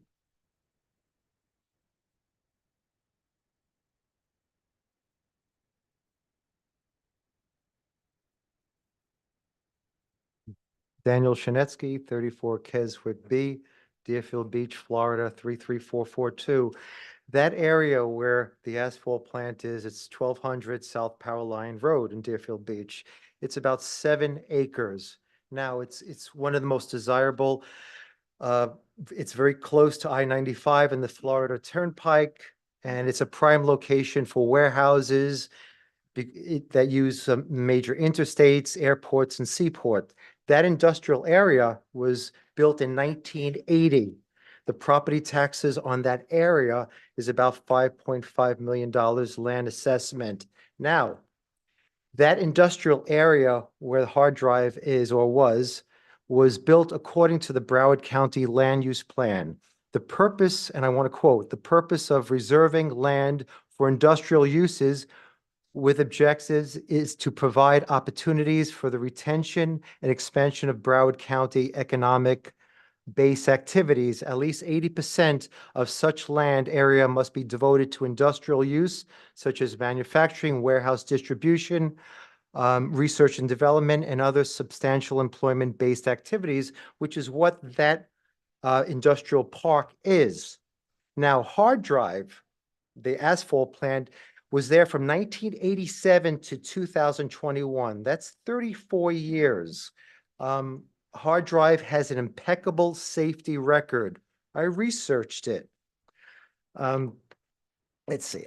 I went through this weekend the database of the Environmental Protection Agency, EPA, the Florida Department of Environmental Protection, the Occupational Safety and Health Admin, OSHA. I looked at the Hazardous Material Incident Reporting System. I also looked at the National Pollution Discharge Elimination System to see any violation from Hard Drive, and I did not find any. Now, there are 5 communities within a mile radius, almost 28,000 people: Century Village, which is what I'm a resident of, Independence Bay, Crystal Heights, Waterway. I didn't see any complaints. I didn't see any lawsuits from these communities. Now we're looking at 34 years. I didn't see any groundwater contamination suits. I didn't see any code violations, and I was looking. So I didn't see anything. Now, the only study that I did see was in 2018, the FDOT, as a precursor to making the, Southwest 10th Street project, they did the surrounding area a research, and I'm going to key on what they said at 1200 South Power Line Road, where Asphalt Company is. They said there were no releases, discharges, or major compliance issues associated with the facility. May I have another minute, sir? Please. Get to your point. Yes.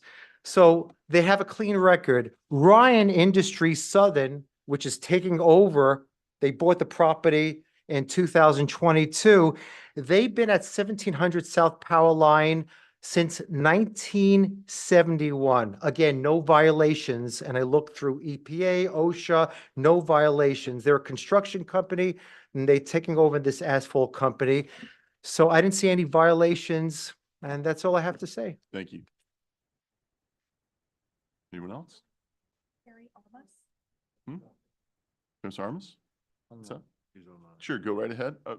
If you don't mind waiting, Ms. Bracy, please. We have someone online who's going to go first. Go ahead and let them go. Yes, can you hear me? Yes. Good evening, everyone, and thank you for giving me a few minutes to speak on the asphalt issue. My name is Carrie Armis.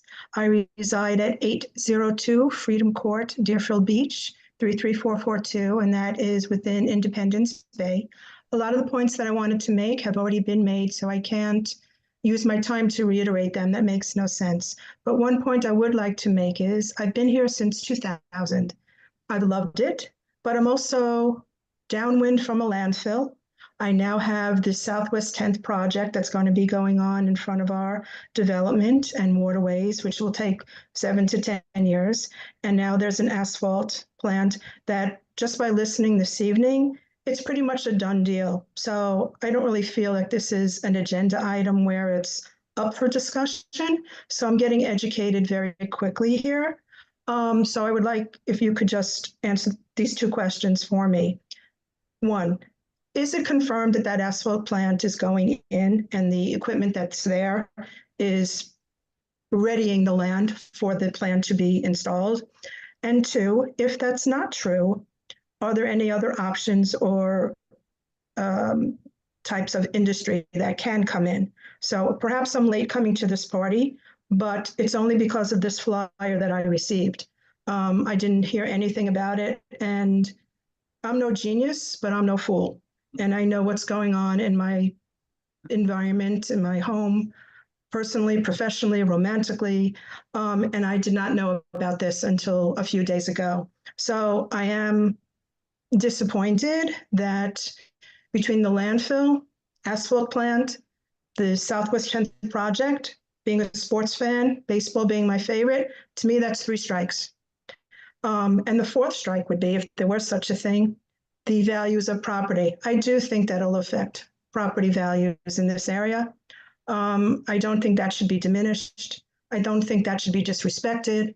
And I don't think that should be dismissed quickly. So again, I may be coming late to the party, but I'd like honest responses, please. Is it a done deal? And if it isn't, are there truly any other options? Thank you. Thank you, Ms. Arms. Bracy?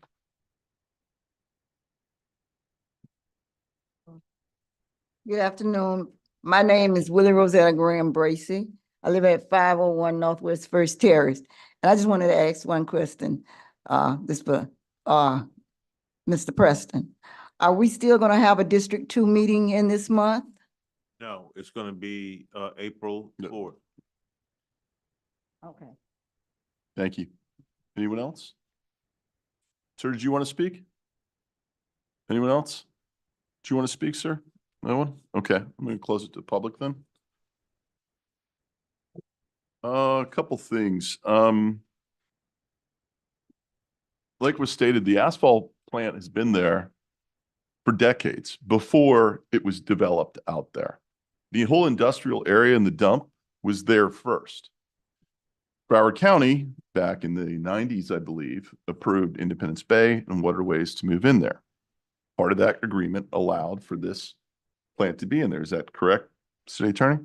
It's our understanding the plant's been operating since at least the 70s. We verified that with aerials. So when people say that the property value, and to answer the one woman's question is, yes, it is going forward in there. They're allowed to go in there, but there's been one operating there since the 1970s. Anyone to say that their property values are going to go down because there's an asphalt plant being put in there ignores the fact that it hasn't affected their property values for the last 30 years, but it's already been there. If anything, what this is doing is bringing, and to the point of Mr. Hines, it is bringing up the technology to a more current level to put more things in place that is going to make it better than what has existed. Like I said before, I've been in office for going on 16 years now. I have never gotten a complaint about any smell or any issue that was happening over at the asphalt plant.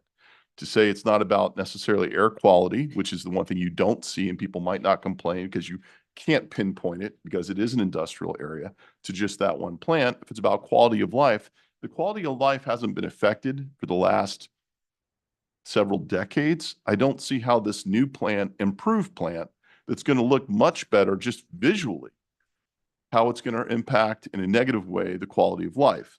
to the gentleman's point, we do need to monitor it though. Doesn't mean it just needs to go in there and that's what it is. Certainly it has to be monitored. And I believe it's already a highly monitored industry in the first place that it would have to be watched. But I think the question needs to be asked, where's this all suddenly coming from? There's a huge campaign that is going on. Mysterious. No one seems to claim who's running it. No one's claiming who's funding it. They never came to the city when this was being put in place. Before you would think before you started a giant campaign that's mail, that's cold calls, that's robocalling, all of this funding behind it would at least be a single phone call to the city of Deerfield Beach saying, hey, we don't like this. Why is this happening? That has not happened at all. Didn't happen. Instead, they go ahead and they create a campaign online and they create this giant mystery campaign. No one knows who's behind it. Maybe it's a competitor. Does anyone know that? We don't know. But I find it odd that's the first step, is to launch this massive campaign before you would even make a single phone call. Like I said, this has been there since the 1970s. It's been operating that way. It's improving. Yes, it's going from what it was, being torn down and be completely redone, which in many ways I think is a better situation than what we've been living under for the past several decades. Again, we haven't gotten any complaints over there. It is an industrial area. We did make changes many years ago to our code to limit what is already there and to limit what type of heavy industrial that could be put in there. You all have our phone numbers. You can give us a call. I'm happy to look at any studies that you want to bring forward. I think it is a relevant point that was made of what the violations were on the existing plant that was made. So that's why it's important to allow that conversation to continue. But bringing up overall in general issues with an asphalt plant, I don't know if it necessarily applies, but I'm happy to discuss it with you outside of here. But in city attorney, if you can make it clear as far as what the rules are and why it's allowed to go in there and why it's still in there. The location of the plant it's zoned industrial. It has been zoned industrial for decades from what I can see. Industrial does allow manufacturing uses. And in 1996, there was a variance proposed for the hard drives facility because it was not in a fully enclosed structure. So that variance was granted in 1996. And as far as I know, it's been operating since then. It did change hands in the interim. We did see that there was a sale. I think the gentleman mentioned that. We have confirmed that. So like I said, manufacturing is a permitted use in industrial zoning. However, they did get the variance because it was not in a fully enclosed structure. Will it be a completely enclosed structure under the new building? Do we know that? I don't, Mr. Power shaking his head It'll no. remain partial but improved? Okay, thank you. Eric Power, Director of Plan Development Services. The structure itself. You're gonna have to speak up, Eric. Sorry, Eric Power, Director of Plan Development Services. The structure itself has never been enclosed. This is just the processing plant. The new facility will be in the exact same location as the old one and in the exact same formation. So there are no structures on the property that are enclosed. Okay. As far as visioning and things like, we have numerous workshops that kind of detail all of these individual pieces during the course of the year and years as we look at these. So to have one giant visioning workshop is an interesting thought and process, and certainly would be time consuming, but that is something that we could consider. But I think we do comprehensive ones. And when we do them, we do it for a group of about 5 people who bother to show up. Whether it's traffic, whether it's water rates or anything like that, people simply don't attend. One person coming out saying, I'd like to see it, I know that person does attend. So I think they understand kind of where some of this is going, but they're looking for it comprehensively. We do have a comprehensive plans. We have visionings that we do. So interesting information on that. Let's see.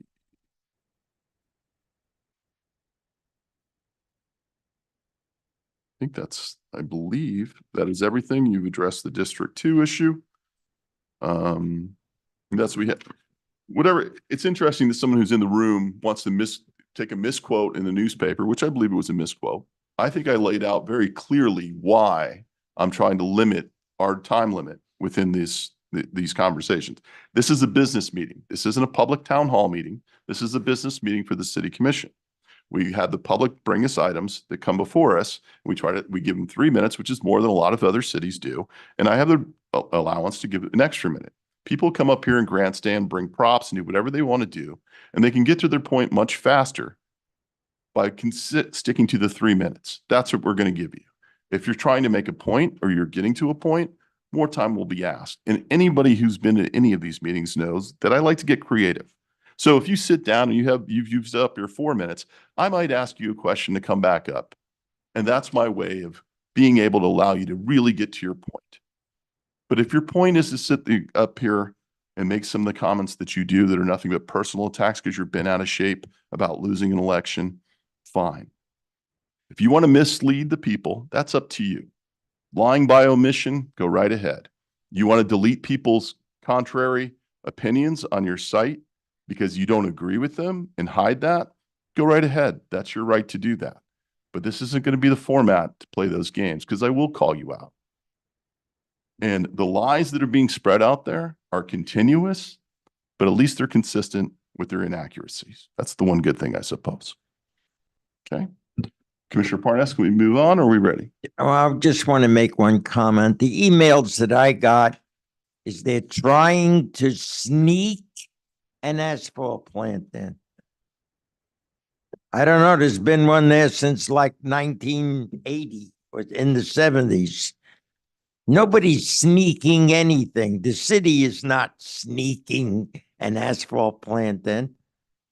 We're following what the law says in terms of zoning.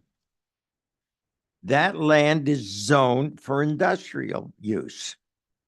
If we wanted to make a park out of it, we'd have to go through months and months and months of going to the planning council, which I sat on for 10 years, then the county commission, and then back to us for a final vote. You just can't say, well, it was that then, but this is it. The law doesn't work that way. And neither do we. If a place is zoned, if an owner comes to us and say, I want to change it, he has to make an application and get all those approvals. I sat on a planning council and they worried about wildlife because they were going to plow up a field. What's going to happen to the wildlife that lived there? They had to make arrangements for the wildlife. It's not easy to change. But when you have something that pays taxes, and in 32 years that I've lived here, never had a complaint, and I live in the village, never had a complaint. Drove past that asphalt plant 1,000 times and never smelled anything. I have a contact with Waste Management. Occasionally when the wind blows the wrong way, I get a phone call. I make a phone call and they correct it. But I've never had a complaint from the asphalt plant. So stop the stink. What stink? There hasn't been a stink there for 30 years. Why now? I don't like misinformation. And I got all the emails most of you got. That the city's trying to sneak in an asphalt plant. No, we're not. We're doing it above board in the open because it's zoned for it and it's proper. And we don't have the right to tell somebody that bought a piece of land that's zoned for it, you can't do it because the people don't like it. It's not how the world works. Thank you, Commissioner Preston. Thank you, Mayor. I remember when it was there, way back in the 70s, I was living here. I was a part of this community. And there were times, not all the time, but you could smell it. But I think concern from the public is always the right thing because it alerts us, people who are sitting in the position, to be able to do what you need to do to make sure that the resident is always protected. And Mr. Hines' concern is 100% right. Maybe can't be stopped. And these people are, as my colleague said, allowed to progress their business. There's nothing wrong with that. But in any business that's being progressed doesn't mean that it's always going to fit everybody's individual criteria as to how that should be implemented. But he's 100% right. As the process continue, it becomes our responsibility to always protect the public, always make sure that their health concerns, of prime interest as they go forward. Because maybe the equipment that they're going to be putting in, maybe it's not as updated as we think it is. We would assume that it would be that way simply because of the distance in years from the one that was initially there and the one that is proposed to be there. But the fact is it what we think it is? And that becomes our duty to make sure that in the end, the health concerns of the public is addressed. And whenever we can impose our ability to make sure that they're doing it the right way, and maybe we can suggest to them something that they did not think of, but we are sure that it will help ensure more safety for the public, then we should do that. It's the bottom line. We talk about businesses building a community, but we would not have a community if it's not for the residents. It's always the residents first. I mean, the city of Deerfield Beach is comprised of different districts, 1, 2, 3, and 4. And what's the biggest thing? It's our residents. That's bigger than anything else. We welcome business. And it is right, my colleague is right. It's right that they should develop their business, but ensuring that their concerns are always there for the public, that you're not allowed to just run shot and do whatever you want without consequences. And if we're gonna do it, then we should be the eyes and watching this for our residents. So I totally agree that as this project goes forward, every nuance, every detail should be examined to make sure that there's less of a strain on the resident and make sure that the safety concerns that we have in place are being followed. Thank you. Vice Mayor Drosky. Thank you, Mayor. I was going to talk about the asphalt plant at the end, but I guess now is a good time to do that. Listen, the asphalt plant is in my district. It's right across the street from Independence Bay. I have this has my full attention. I have talked to numerous residents from Independence Bay and Waterways and the surrounding communities. We are definitely looking out for their best interests. I'm having a meeting, trying to schedule it now for all of Independence Bay coming up shortly regarding this issue. There is a lot of misinformation out there. I mean, I even received the flyer at my personal residence as well. So I'm fully invested in this issue. To think that the residents' concerns are being disregarded is nonsense. I get the emails and the phone calls all day long. So we hear you. We're listening to you, and we will answer every single question that comes up. Thank you. Commissioner Hudak. Thank you, Mr. Mayor.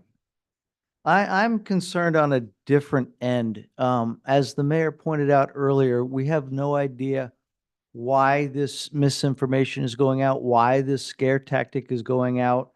And my concern, honestly, is as the residents who left said, before there were only 2 or 3 condos that were for sale in Independence Bay, and now there's almost 30, and they're being told that they have to sell their property below what they purchased it.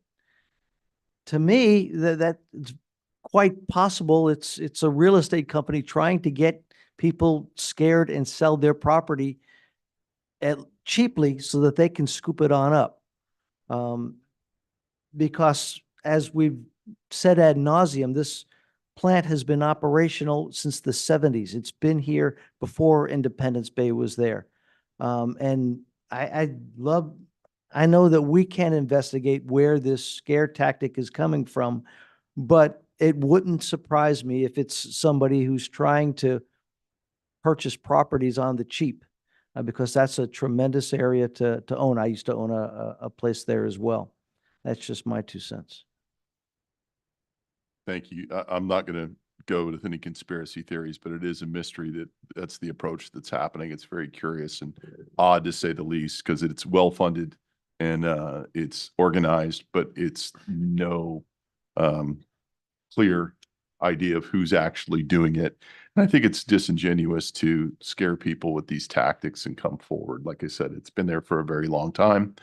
Certainly we'll monitor it. And the industrial area was there first. I think people need to realize that. And if you look at some of the problems we're having with 10th Street, some of those problems were put in place by the county when that was county annexed land. And they allowed the residential to go in an area that you'd never expect residential to be that close to the dump, to any of the industrial that we had there. So we've made changes over the years to limit the type of heavy industrial that's been in there, which is good. Because we had the one zoned area in all of Broward County that you could have had some of the worst industrial development anywhere in the county. That we were the last city to have that zoning. We changed that many years ago. That predates our city manager and our city attorney, but I was here for all of that. So we certainly will monitor it, and I don't discount anybody's concern, but I also think that there's some other questions that need to be asked, and I think saying your property values are going to go down because an asphalt plant's going in next door when one's already existed for 30 years doesn't make a lot of sense to me. Okay. Think we answered everything? Yeah, Ready, Mayor? We are now on consent. Items 7 through 9 are currently on consent.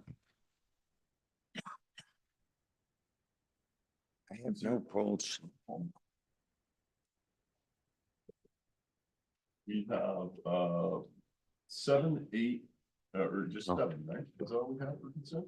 No, we have 7, 8, and 9. I'm sorry, Mayor. There's an addendum item that was added that also I'm being told is on consent as well. Okay, Item number 7, 10, so 8. 7 through 10. 7, 8, 9, and 10. Is there anyone who'd like to speak in any of those items? Okay. I'm going to open it to the public to speak. Just let us know what item it is, your name and address for the record, please.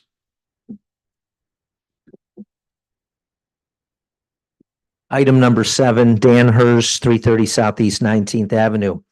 I want to thank all the firemen of Deerfield Beach who put their life on the line every single day to keep us safe. We can never adequately repay you.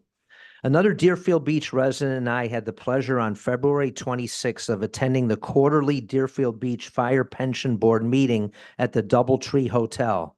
After figuring out who we were, Mr. Weech could not have been more cordial to us and even offered to have us ask our questions first, so we would not have to wait through the whole meeting to ask our questions.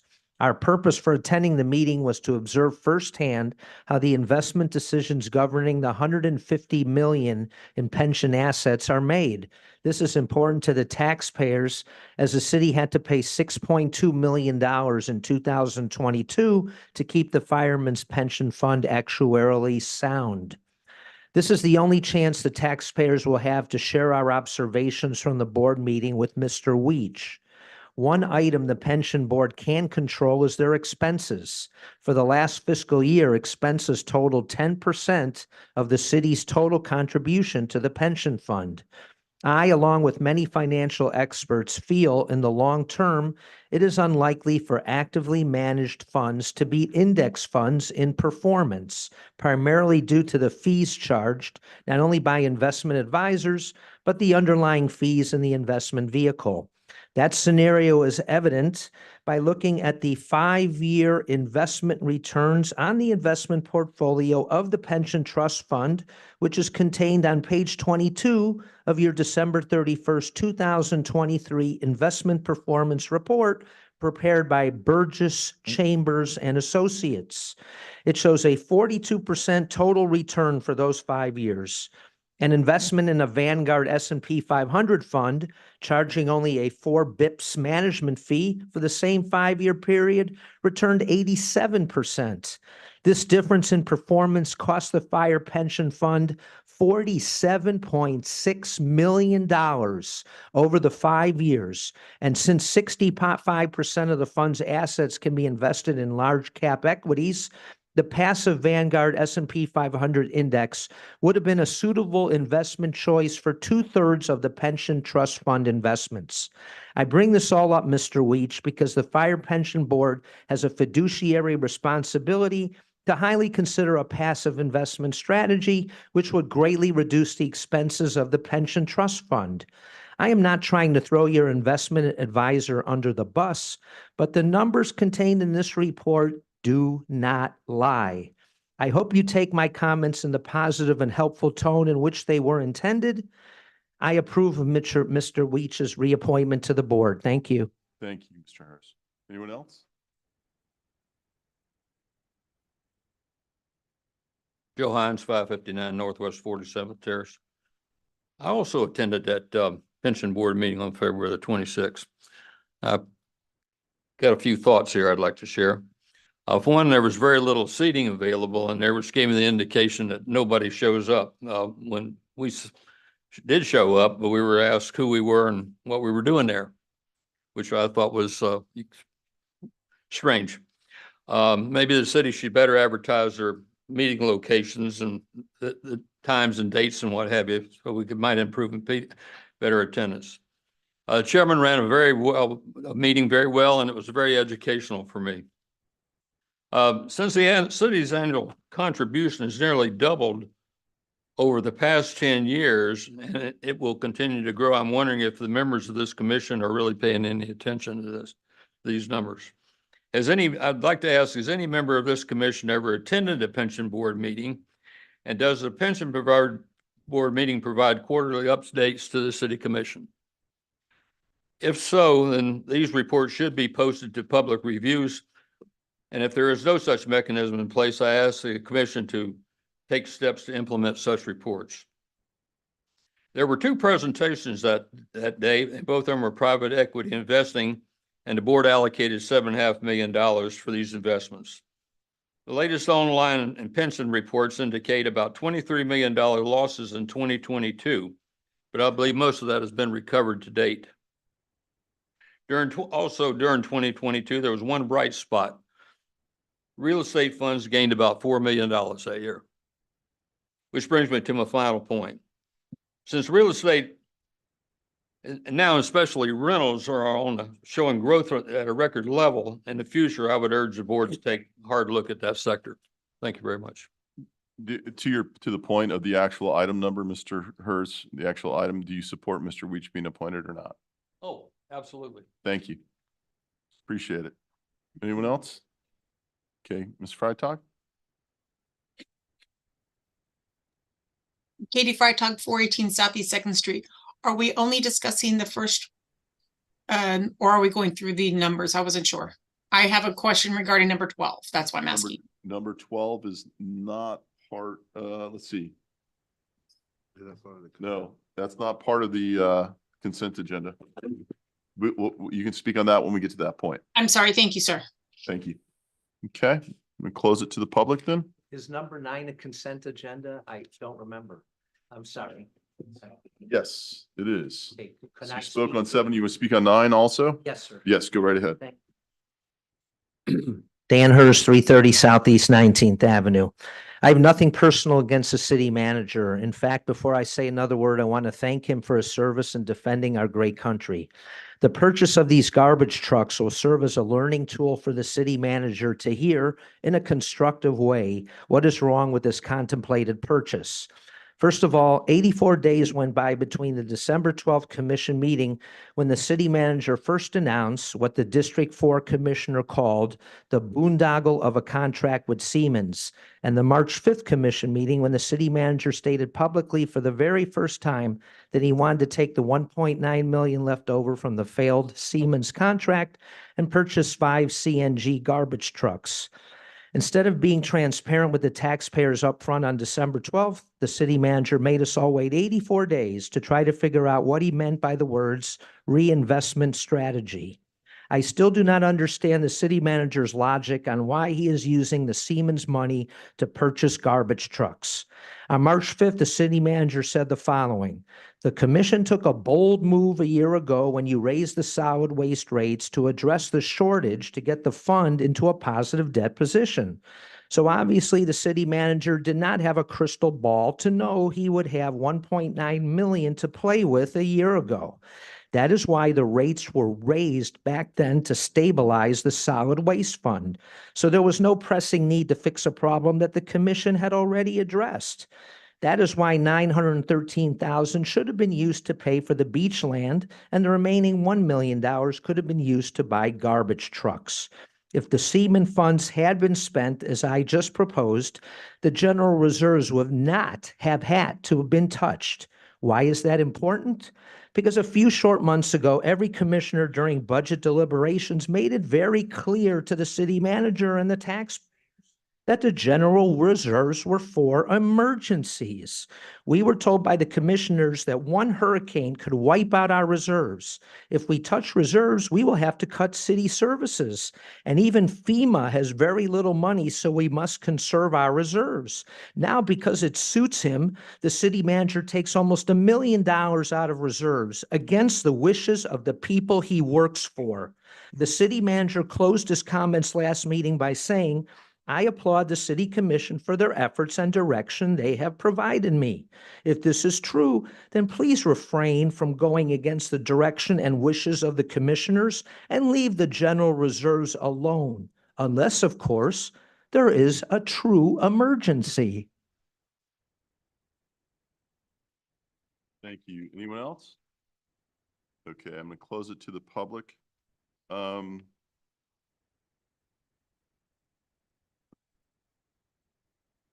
To answer Mr. Hines' question, I've never attended a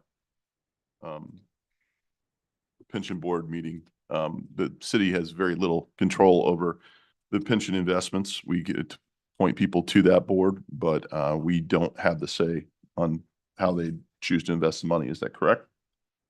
That's my understanding. Yes, Mayor. Yes. Okay.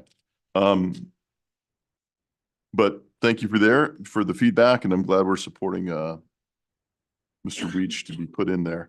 And I think the reason there's probably wasn't a lot of chairs is probably nobody attends the meeting. But I'm glad they were able to find you chairs at the meeting.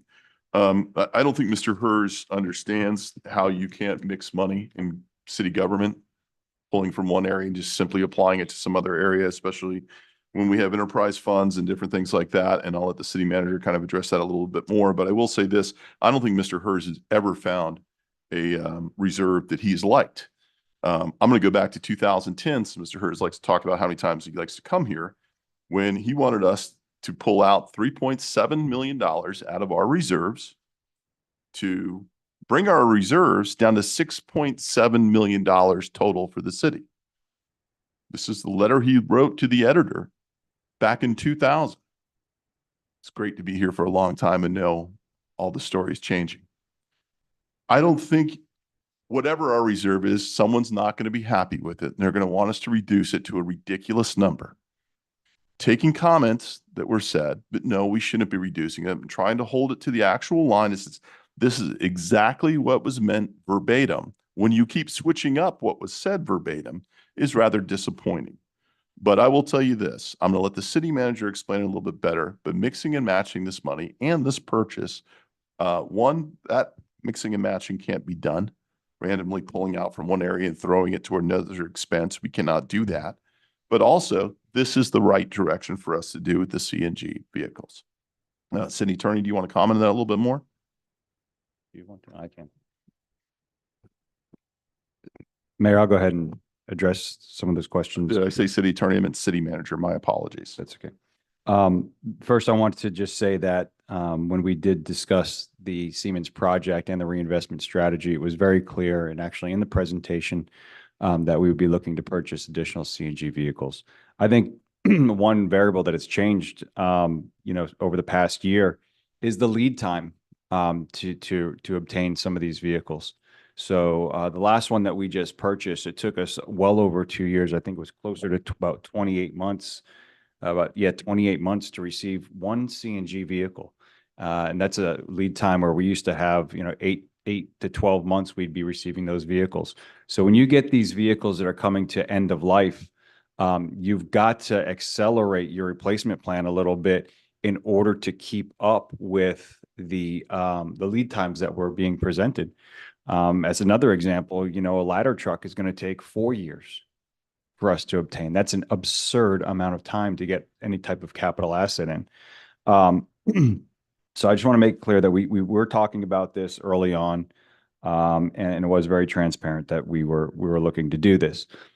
Speaking of, again, the savings, I would say again that reserves, in my opinion, and every commissioner, every resident may have a different opinion, but reserve balances are important. But expenditures out of reserves should be reserved for emergencies and one-time capital purchases when you can afford it. And this was a tremendous opportunity for us to buy this last beach lot. So, of course, it was an emergency because we negotiated a final contract at a cost of $913,000 with additional $65,000 for 5 years. And we know we talked about that already. But had we not gone through this negotiation, it could have looked something like an emergency. Again, think about some of the situations the city's been in with, RVs and these types of antics that have been employed to get the city to buy these beach lots. So, yes, we did take from the reserves, and yes, this money that came to us from the Siemens project was reinvested into the contract so that we could accelerate our CNG purchases. And I think we have a small presentation. Do we, Heather? Do we have that small presentation? Did you have one? Can you bring that up? I just want to show a slide or two, please. On really what the value is of buying these CNG vehicles over diesel. And again, accelerating, as she brings that up, the other point to make here is that when we have these vehicles go down, garbage doesn't get picked up. So it is important that we have a fleet that's adequate to manage the operation. Next slide, please. Next slide, please. I'll do this quickly. But these are the vehicles the specific vehicles that we are replacing. You can see the age and you can see the mileage on them. Some last longer than others. This ASL, as you can see, the average lifespan for these vehicles, we're obviously way over on them. And again, now that we know that, we've got a 19-year-old vehicle, it's going to be 21 years old by the time we get a new one. So these, again, are the vehicles we're looking at. Next slide, please. The benefits of CNG, again, it's lower and less volatile cost than diesel. It's 20 to 30% less harmful emissions. We just did a greenhouse gas inventory. We're doing very well because of the conversion of our CNG. It's domestic rather than a foreign resource. It reduces our maintenance costs on our vehicles. It's quieter, it's safer out in those neighborhoods, and it's a renewal option that's available to us pretty readily. Next slide, please. And just to kind of look at the costs, and what that looks like from a cost of diesel fuel against CNG. You can see the volatility of diesel against the cost of the CNG. And I hope that provides you enough information, Commission, on this side. Yes, thank you. Commission? Motion to approve consent items. Second. You probably need clarification. Yeah, items 7 through 10, correct, Commissioner? Yep, that's correct. 7, 8, 9, and 10. Thank you. We have roll call, please. Commissioner Hudak, Yes. Commissioner Parnas. Yes. Commissioner Preston, Yes. Vice Mayor Drosky, Yes. Mayor Gantz. Yes. Item number 11 is a resolution of the City Commission of the City of Deerfield Beach, Florida, approving the policy for commemorative naming and renaming of city-owned spaces, facilities, and the honoring of large donations, providing for implementation, conflicts, and an effective date. Good afternoon, Mayor and Commissioners. Horace McHugh, Deputy City Manager. We made a presentation at the last meeting and got some input and heard your input regarding the policy itself. Instead of reviewing what was done at the last meeting, I'd highlight the summary of our takeaways. The takeaways we heard were that there should be consideration for former or current elected officials and employees, that the honorees should not be restricted to being deceased, that there should be some accommodation for the administrative fees and the application fees if there were errors, that the issues of the requirements for 10 years of volunteer service was a concern, that we should accommodate death in the line of duty, and ultimately the item was deferred to this meeting. To address that, we addressed the issue of the consideration for significant contributions of elected officials and employees, and that's reflected in there.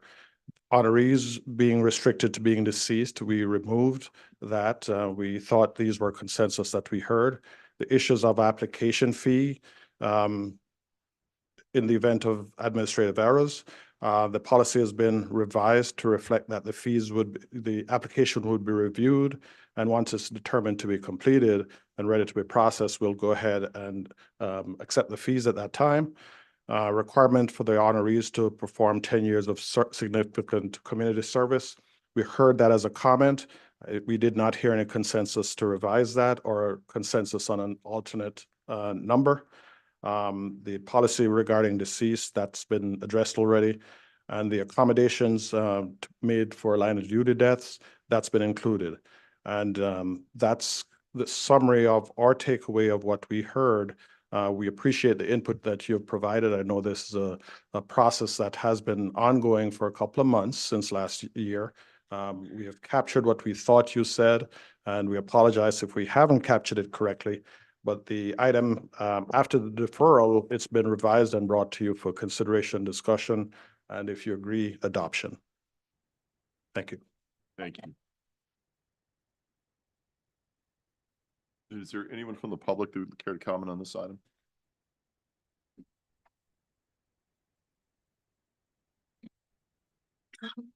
Name and address for the record, please.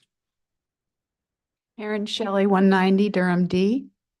I just want to mention, and this is just a philosophy that I have, and I think a lot of governments have, where properties or streets are not named after people until after they have been deceased.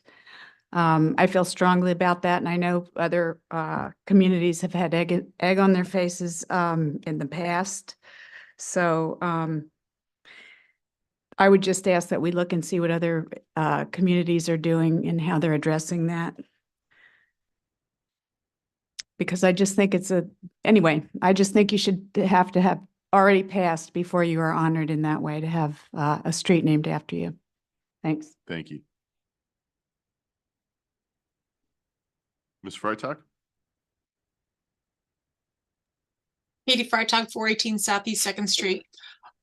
With the way that our social media and laws and everybody catches up with everyone, similar to what the resident just said, are we sure naming a street or a building after somebody who is still with us has a potential of maybe injuring somebody in a car accident, having any kind of a defamation against their character? At what point in time do we have to go back and rename the street if that were to be the case? That would be a major imposition to those people living on that street or in that neighborhood. So I also agree that it really should not be done unless the person has predeceased this naming. Their family would appreciate it just as much as they would. Thank you. Thank you. Anyone else? Anyone else alone? Okay. I have held that position for years, and I was rather firm in it. And I brought up the example of Pastor Willie Ford, Linear Park, that I was the only no vote to do it while he was still alive, to name that after him because of the concerns. And I listed examples of where we've had that happen. But if you look over at the Pompano, Charlotte Bury's Civic Center, Charlotte's still alive. Am I inaccurate on that? I think there's a lot of cities that go ahead and do it differently. This is one thing I've heard about this that has been pretty unanimous, except for maybe the two comments here tonight. What I've heard from people is that people should be honored while they're still here. Let them enjoy the flowers while they're still around to enjoy them. I think my position has been, I would rather protect this from these really small situations that could occur. Is there potential? Of course there's potential.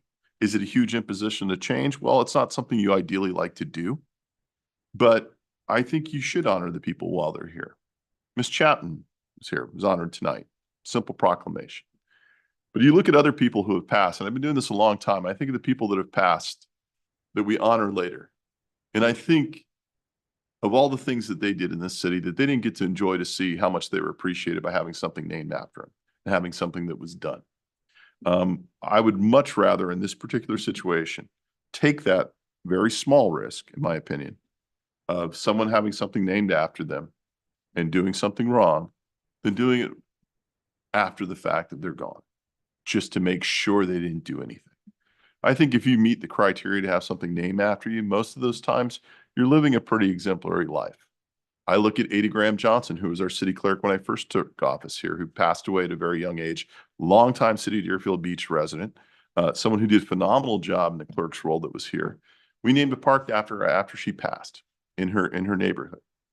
I would have loved to have done that while she was still with us. We didn't do that. I don't want to miss out on those opportunities anymore. So that's why I have changed my very long position on this, and do support the fact that we have the window to be able to name something after somebody before they're deceased. So I'm glad to see that changed, and some of the other changes. I think they've incorporated pretty much a lot of the comments that we had on it. But I understand everyone's position on that. But I think in this situation, we shouldn't be crafting something for a really small percentage of likelihood of happening, and move forward with what we have.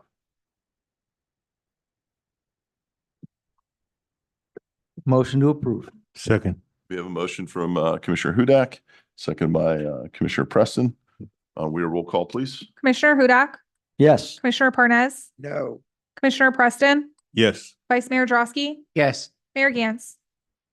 Yes.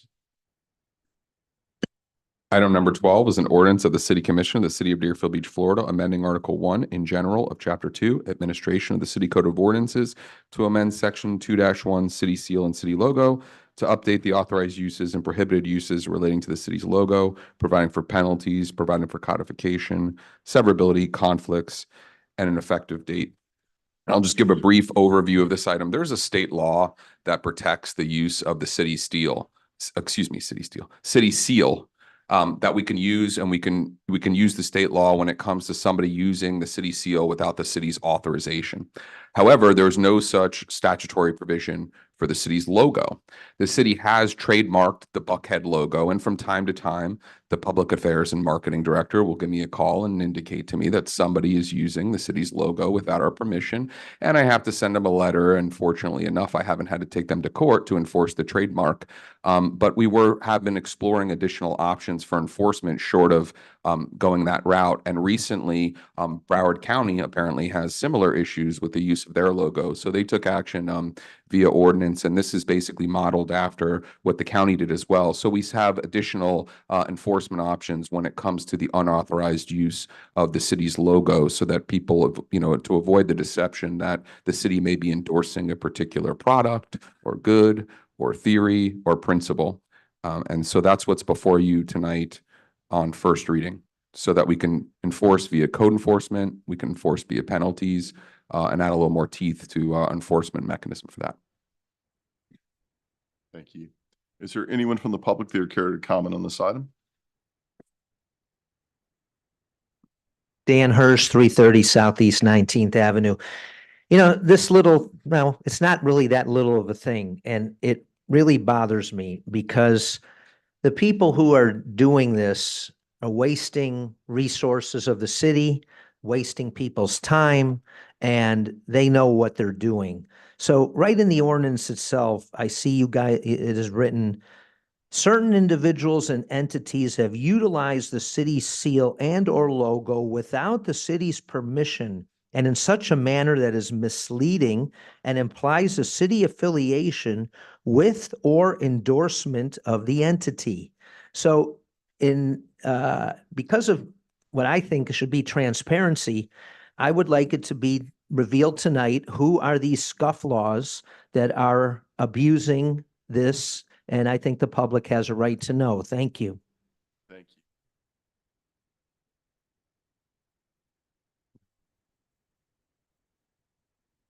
Daniel Shinetsky, 34 Keswick B, Deerfield Beach, 33442. Well, one of the scofflaws, I know for a fact, because last year during a campaign, a city commission campaign, one of the candidates, and it was public knowledge, used Deerfield Beach's logo in their campaign literature. In fact, in one of the commission meetings, it was brought up. So I'm in favor of this ordinance. It puts a little bit of teeth into this because just recently, somebody abused it running for public office. Thank you. Ms. Freitag? Katie Freitag, 418 Southeast Second Street.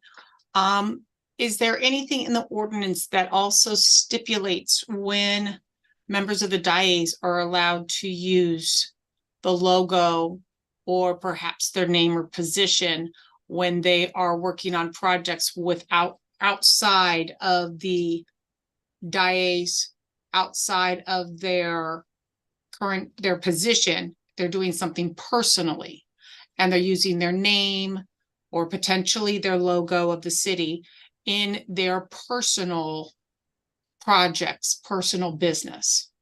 Thank you. Thank you. Anyone else in the public? No. Okay. By the way, all these things are online. Rather than asking here, you might want to look at them before the meeting. You can take a look at them. I hope the backup is online so everybody can read those. They should be to be able to find out if those things are in there. But I think this specifically deals with the logo. If you're saying that someone can't say that they were a commissioner or something else in their private thing, it's a title they have. I'm sure people have it on their LinkedIn. I know I do. So I'm not sure what that point is, but as far as the logo and seal, I'll let staff comment on that. Thank you, Mayor. And yes, we have had candidates for office use it in the past, but quite frankly, we've had many other instances more frequently where we have commercial enterprise and nonprofits that are using it without our authorization. And so we want to make sure that we have this on the books in all cases.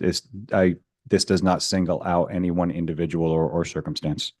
I will say this, that it's interesting to have somebody complain about it. I'm sure if we didn't do it, they would say that we weren't being proactive enough. And why are we not looking out for these things? So let's give you a hypothetical. Let's say I want to do repairs in the city and I go around saying I'm doing water testing. And I take the city's logo and I slap it on a water testing page for my own private business and I put it around there. Someone's going to look at that and think that it's endorsed or encouraged by the city of Deerfield Beach. It's simple. Why you're offended by it makes no sense to me, but I think some people are just offended to be offended. I think this is a good move. Motion to approve. Second. Motion by Commissioner Hudak, second by Commissioner Preston. All in favor say aye. Aye. Those opposed? We are now at comments by administration and legal. I do have some comments tonight. Per what I mentioned at the last meeting, I'm just going to give an update on the most recent legislation. I'll go back to the 2023 legislation when it started regarding the Live Local Act. So I'll just jump into it right now. So in the 2023 legislative session, the legislature felt that they needed to take action to address the affordable housing crisis in the state of Florida. And they passed Senate Bill 102, which was signed into law by the governor thereafter and became effective July 1, 2023. And that's frequently referred to as the Live Local Act. And essentially what the Live Local Act provides for is that multifamily and mixed residential uses must be permitted as allowable uses in an area zoned commercial, industrial, or mixed use if at least 40% of the units in a proposed rental development are affordable for at least 30 years. And there's definitions and specifications on what it means to be affordable, which is generally based on the median income in the area that the proposed development is in.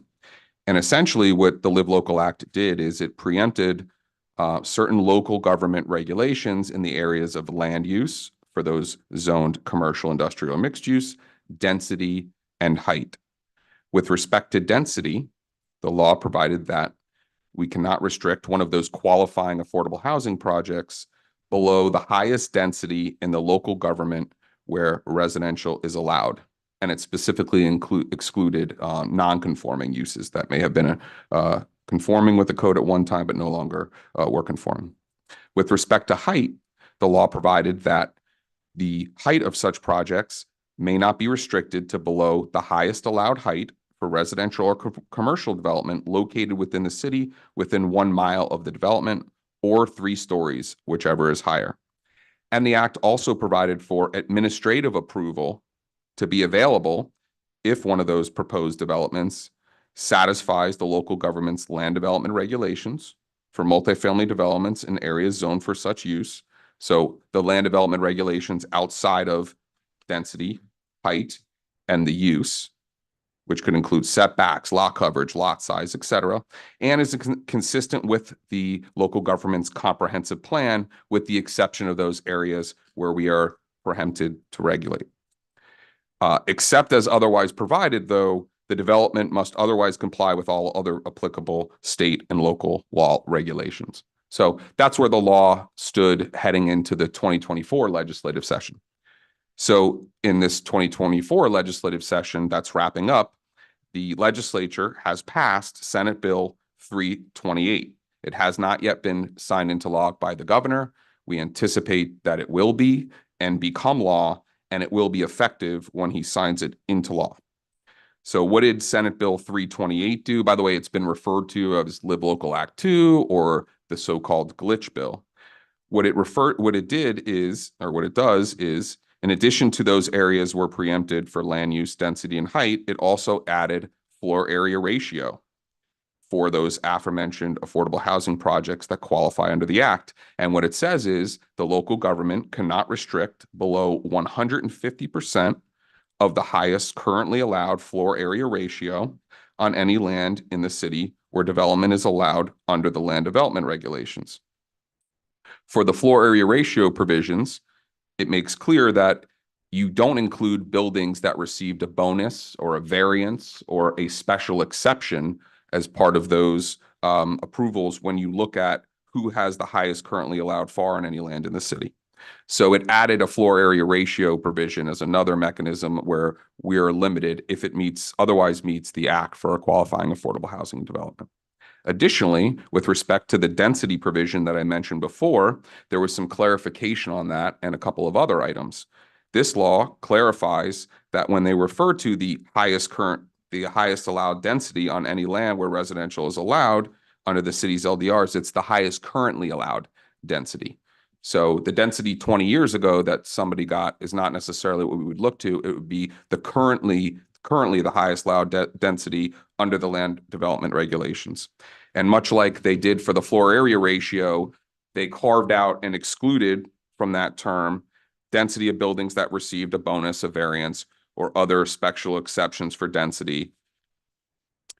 On height, much like density, it also made a clarification that it's the highest currently allowed height and within the 1 mile radius, and it does not include other Live Local Act projects when looking at height, or the height of a building that received a bonus, variance, or other special exception for height provided in a city's land development regulations. Additionally, this was a new concept, but if the proposed development is adjacent to, on 2 or more sides, a parcel zoned for single-family residential use that is in a development with at least 25 contiguous single-family homes, the city may restrict the height to 150% of the tallest building on any property adjacent to the development, the highest currently allowed height for the property in the land development regulations, or 3 stories, whichever is higher. Additionally, with respect to parking requirements, this new law, to the extent the governor signs it into law, provides that the city must reduce parking requirements by at least 20% for one of these proposed qualifying developments if the proposed development is located within 1/2 mile of a major transportation hub, which is defined to be like a transit station, a bus station, a rail station, et cetera, that is accessible from the proposed development by safe pedestrian-friendly means, like sidewalks, crosswalks, et cetera, and has available parking within 600 feet of the proposed development. And then with respect to parking, again, the local government must eliminate the parking requirement for a mixed-use development that qualifies under the law that's within an area recognized by the city as a transit-oriented development. You remember we have a transit-oriented development just west of 95 that was approved. And finally, the Live Local Act project must be treated as a conforming use going forward unless the project violates the affordability period and fails to cure it after notice.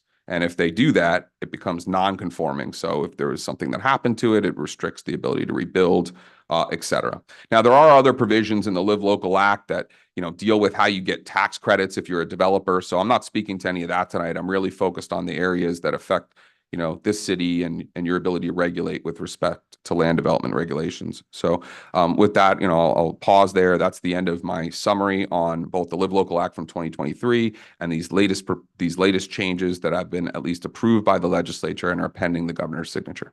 Okay. I'm going to ask you to dumb it down for someone like myself. Okay. To apply it in practical use, let's talk about the barrier island. Let's talk about other areas in the city. Okay. How does this impact it? And what are the potential things that could happen in these areas? Okay. So with respect to properties that are zoned for commercial or industrial use, let's say on the barrier island. There's no industrial on the barrier island. Is that correct, Mr. Power? I believe that is correct, but Mr. Power can confirm. But just I'd rather not talk hypothetical. Okay. I really So- want to apply to real life what we got going on out there now. Okay, well, for a proposed project, right, because we need to get an application, it needs to be zoned, let's say, commercial on the barrier island. Let's put industrial aside, or mixed use. For one of those properties, we would be limited in how we can apply height, density, and floor area ratio restrictions if they otherwise meet all of the requirements to qualify as one of these affordable housing projects. However, we can still enforce all of our other land development regulations. I mentioned some of those before, like setbacks, like lot coverage, like landscaping, like parking requirements if they don't meet those conditions that I stated before. Additionally, the projects have to be consistent with the comp plan as well, other than those 4 areas. I'll pause there. I want to make sure I answer, any follow-up questions, but I don't want to speak too much. Make sure Okay. So it's digestible. if we look over what we have, and I'm just going to take Barrier Island because I think this is something where people have questions and concerns on how that applies, and we can look at the rest of the other areas of the city, because we do have something in place that was put in by referendum that limits what we have there. What does this do to what the referendum has allowed, and what are some of the scenarios that we have? But I look at, and it's escaping me right now, what's the big largest condo that we have there? Tierra East. Thank you. Thank you. Tierra East. Okay, so that is non-conforming as of now. That would not be counted towards. Is that correct? That is my understanding that wouldn't currently be allowed in the city. So I think actually there's at least an argument that the latest change helps us a little bit with respect to that particular issue. Because of the carve out, because this does not count to any place that has bonus, variance, or special consideration that is not currently conforming. Right. And well, their clarification, they added that currently. So when you're looking at the, highest allowable height, it's currently allowable based on our current regulations, which would include, in my opinion, the charter provisions. Okay. So in your opinion, is the charter provisions overrule what this Live Local is trying to do? Okay. So generally in the Florida Constitution provides broad home rule powers for local governments, except where preempted by state law or federal law. So they are taking a position that they are preempting us in those now 4 areas. There was 3. One was the allowable use for these qualifying projects, the land use, because even though it's commercial, this is a residential use, right? The second one was height. The third one was density, and they added floor area ratio. However, any other provisions, restrictions, for example, we have lot coverage, et cetera, in our charter. Any other provisions of the comp plan, any other applicable provisions of the land development regulations can be applied, and I believe the law is clear on that. Okay, so lot coverage and setback is, in order to meet those, because we have restrictions on there, while we've lost our ability to maybe fight things on height, density, floor area, the lot coverage and the setback is going to make it few and far between of things that are going to be able to apply those combination of things to get some monstrosity built over on the beach. Is that accurate? I don't know, Mayor, because I think that kind of calls for me to answer somewhat of a hypothetical. These projects, they're going to have to be reviewed on an individual basis. They're all going to have their own specifics, their dynamics. They're going to have to show us the calculations of all of these things. Yeah. So I don't want to speak to anything that's not currently before us. It would yeah. be, it's, I think the thing to say is, yes, this could have an impact on us over there and preempt some of the things we have, but we do Yes. still have some protections in place. That's correct. Okay. That are there. You mentioned parking, but the new changes say that we have to limit the amount of parking that's required. Is that correct?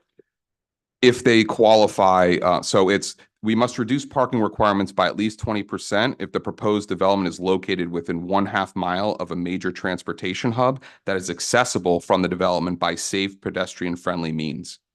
Okay. And has available parking within 600 feet of the development. Okay. Would that be the Barrier Island? I'd have to look at a specific property. I don't know. I know that we have a bus station over there, but whether a particular property is within a 1/2 mile of there, whether there's a safe pedestrian friendly access to there, I think we would have to look at the specific property in question. And just as a reminder, anything that's currently zoned, let's say residential, in my opinion, this law doesn't apply to that. It's really when it's zoned commercial or industrial, and as we discussed, or mixed use, and we don't have industrial on the barrier. So just looking at this the way it is, I mean, anything we try to do now at this point, this supersedes it. Because if it's going to preempt this on something that's been in place for decades, it's certainly going to stop us from doing anything new to be able to maybe make sure that we retain what we currently have there. Yeah, we cannot adopt a regulation that would be in conflict with this proposed law. Yeah. With the law that was in place, and if this passes the 2024 amendment. Okay. Commissioner Hudak? I do appreciate all of that clarification because of the latest misinformation on Facebook is that this dais is hiding behind the Live Local Act and that there are plans for these huge developments on there. So I really do appreciate some of this clarification and what we are allowed to do and what we cannot do. And I'm glad to hear that it's limited to specific areas such as commercial. Well, thankfully, we don't have any industrial. But maybe we could do a little bit more research and see where there are pockets of potential challenges and maybe just have a plan of action ahead of time, just in case there's a developer that wants to try to look into these areas. It'd be greatly appreciated. Understood. Yeah, and I'm going to make a suggestion that maybe we spend some time to have a workshop where we talk about what we can do and how this applies to what this means. And I think that would be a good constructive thing to allow the public to kind of come in and understand it and share their input on it and see where we're at. City Manager, does that make sense? It does, Mayor. I think we'll, see how this gets through the governor's office and then perhaps what the legal interpretation is. But I do think that'd be a good idea. Yes. Be happy to do that for you. Okay. Commissioner, is everyone okay with that? Yeah. To have that? Okay. So once this gets signed and we see where the dust settles, and I'm sure I don't anticipate anything changing, but let's start prepping to have a workshop where we can talk about that, find out what we can do to make sure we keep our current feel that we have. Understood. And to be specific, give an idea of what it's going to take for someone to put one of these things in. Let's say you took a property, whether it be the Barrier Island or anywhere else. What does that 40% mean? So, I mean, for someone to invest that much in certain areas of the city, doing 40% of it, whatever the affordable housing is, might not be a real good financial thing for them, depending on where it's at. I don't know how many of these are going to go directly on the beach, but it could. So I think, educating all of us up here, the public, everyone, and then figure out what we can do to adjust to this is one of the things that we should consider in that workshop.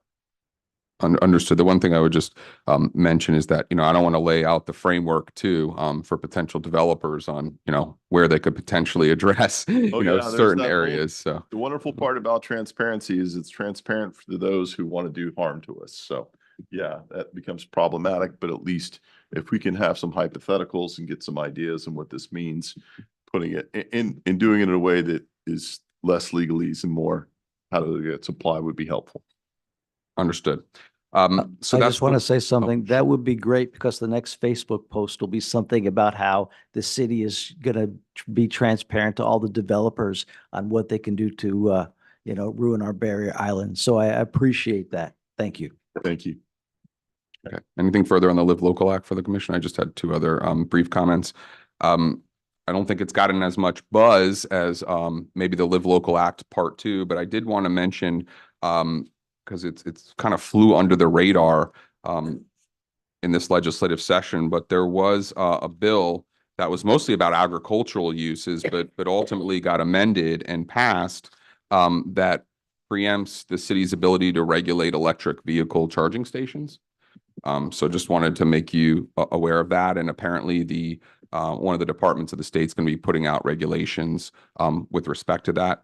So that's one of the other things we're tracking. I know we talk a lot also about vacation rentals here. And there's a lot of discussions on those. So there was some action on vacation rentals. I can't tell you that you can now prohibit them because you can't. And you cannot restrict their duration or frequency. But as you know, the city has a registration program, which something we could do under the law. So a lot of this new law changes some of the processes for that registration program in terms of the timeframes for applications, et cetera. But I think for the significance for you all is, one of the things now we can require because of this bill that passed is that we can make somebody who purchases a property and wants to register it as a vacation rental, we can make them pay all of their existing code liens on the property as a precondition of that. And perhaps even more significant, it provides a process for suspending somebody's vacation rental and potentially also terminating it if there are certain violations of our city code provisions where they receive violations through the magistrate a certain amount of times and frequency, et cetera. So that was something I think that was unclear before. We had the ability to do that. They have now included that in the law. And I've discussed with, Director Brimlow and the city manager on that, some of the things that we can now look at doing as part of our registration program that we couldn't before. So I just wanted to point that out. Can you also, because I think it's important for the public to know this and understand how Tallahassee works for us. There was a carve out in that. Can you explain that carve out that was there? Okay. So there was a carve out. Well, originally the bill had a carve out if you had passed an ordinance prior to 2011, which most cities hadn't, but there was a few. But this latest bill had a carve out for a county that had passed an ordinance that was initially adopted on or before January 1, 2016. And there was some information in the media which suggested that, Broward County somehow could benefit from that. And they had an ordinance and, maybe we are now exempted and we can regulate. However, I didn't find any such ordinance in Broward County. And in fact, I contacted the county attorney's office. They said they didn't have it. And, there was an article and some information being put out that actually that was put in for one particular county by one state representative. And it was thrown out that Broward County was used to show, no, there's another, county, to which one of our state representatives said no. Yeah, I'll take it from there. So the legislature said, okay, guess what? That applies to all of you except for this one county. If you have something in place after 2011, we're going to let this one county as a carve out. Oh, by the way, as a smoke screen, that applies to Broward County also. Well, Broward County didn't have something in place.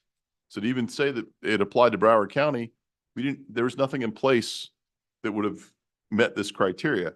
It was one county. Speaker of the House happened to live in that county. Yeah. And he got the carve out. I do thank one of our elected officials up in Tallahassee for bringing that hypocrisy up and arguing that to no avail, but at least bringing that up. And this is some of the things that does happen in Tallahassee. It's frustrating for all of us at this level. and should be frustrating as residents that we see this kind of thing happening, but it would have been nice to have that. It is nice to know that we've got some changes on it, but look at your record for your local elected officials up in Tallahassee and see where they voted on not doing anything to help us with these vacation home rentals. And then give them a call and ask them why, because I think all of us should do that. Thank you. Sure. Just one comment from me this evening, Mayor, which is really a reminder that tomorrow the school board will be meeting regarding the redefining our schools, which is their slogan for some of the efforts that they'll have moving forward in relation to some of these schools that are underpopulated. So I'll be watching that. They will be providing within that workshop letters that various municipalities had provided to them, basically saying that they would like to partner with the school board in relation to whatever it is that they do move forward. I did not submit a letter on our behalf, and then for two reasons. One, they didn't provide enough time frame for me to have this conversation with you. The letters were due last week on the 13th, I believe it was. And so they didn't provide me enough time to have this discussion with you as a board on what you wanted to see in terms of potential partnerships, because we do have some schools that are on that list, and it's still undetermined what they'll eventually do. And two, I thought that it was a little preemptive, the tone of that draft letter that they sent for signature. And I don't think that opportunity is gone because we didn't submit a letter. And quite frankly, again, I'll remind the commission that we are already in some kind of a partnership with them as it relates to building number 1 over at Deerfield Beach Elementary. And I understand that they are moving forward with the opportunity that I presented to them. It's in their hands. It's not a city building. It's not a city matter at this point. But I did hopefully provide them a great opportunity for what they may be able to do with that building. So I just wanted to bring up to speed on that. I'll be paying attention to the meeting tomorrow, and we'll see what comes out of it. Thank you. Thank you. Okay, we are now on item 13 under City Commission business, consideration to approve voting delegates to the 2024-2025 Board of Directors for Broward League of Cities.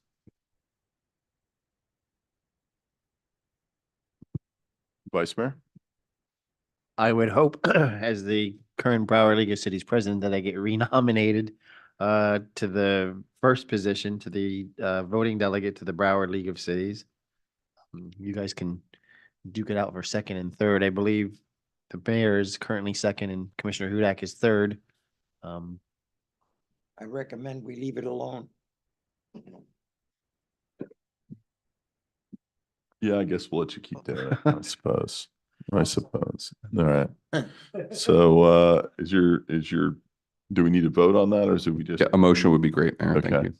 Is there anyone from the public care to comment on this item since it's a motioned item? I'll close it to the public.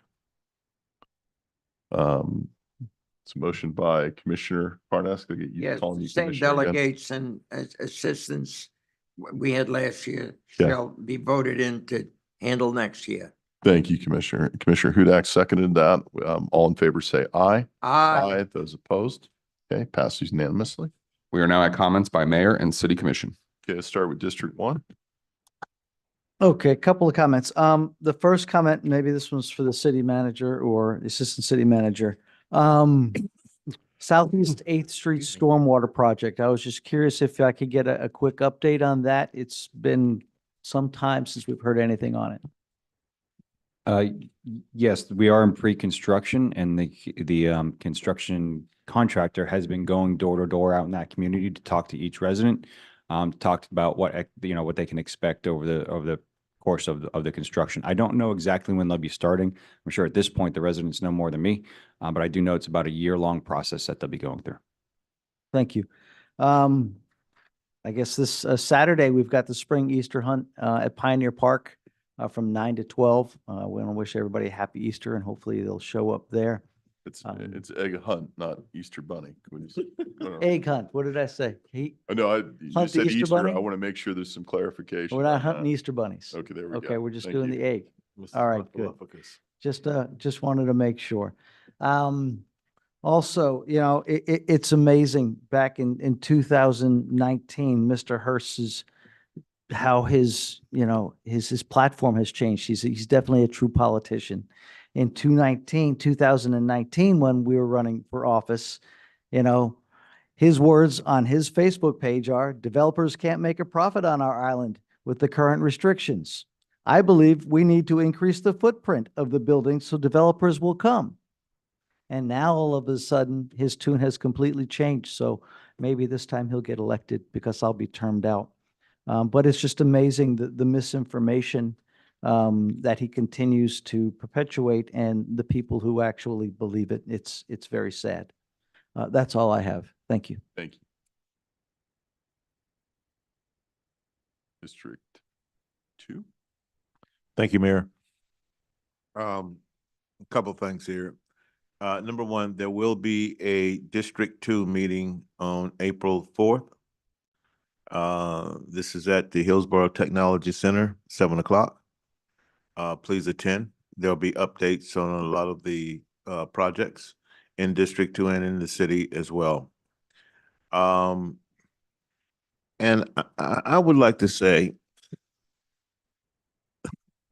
for those of you that are so negative about different projects, always kind of casting a cloud that somehow the people up here are just innately dishonest to some degree, especially from their position as being a political figure or an elected official.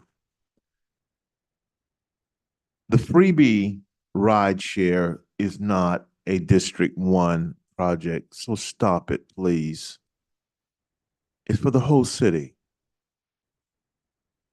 If you call freebie ride share, here's what happens.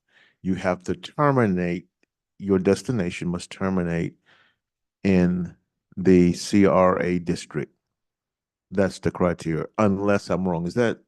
Am I? You're right. Okay. So stop it. It is nothing against any other district. It's not pointing a finger at one district and say, we're going to do something for one, but we're not going to do it for the other. I would suggest, before you attack, it may be a good idea to gather all the information so you can have an informed wrong opinion. Okay? It's important to understand that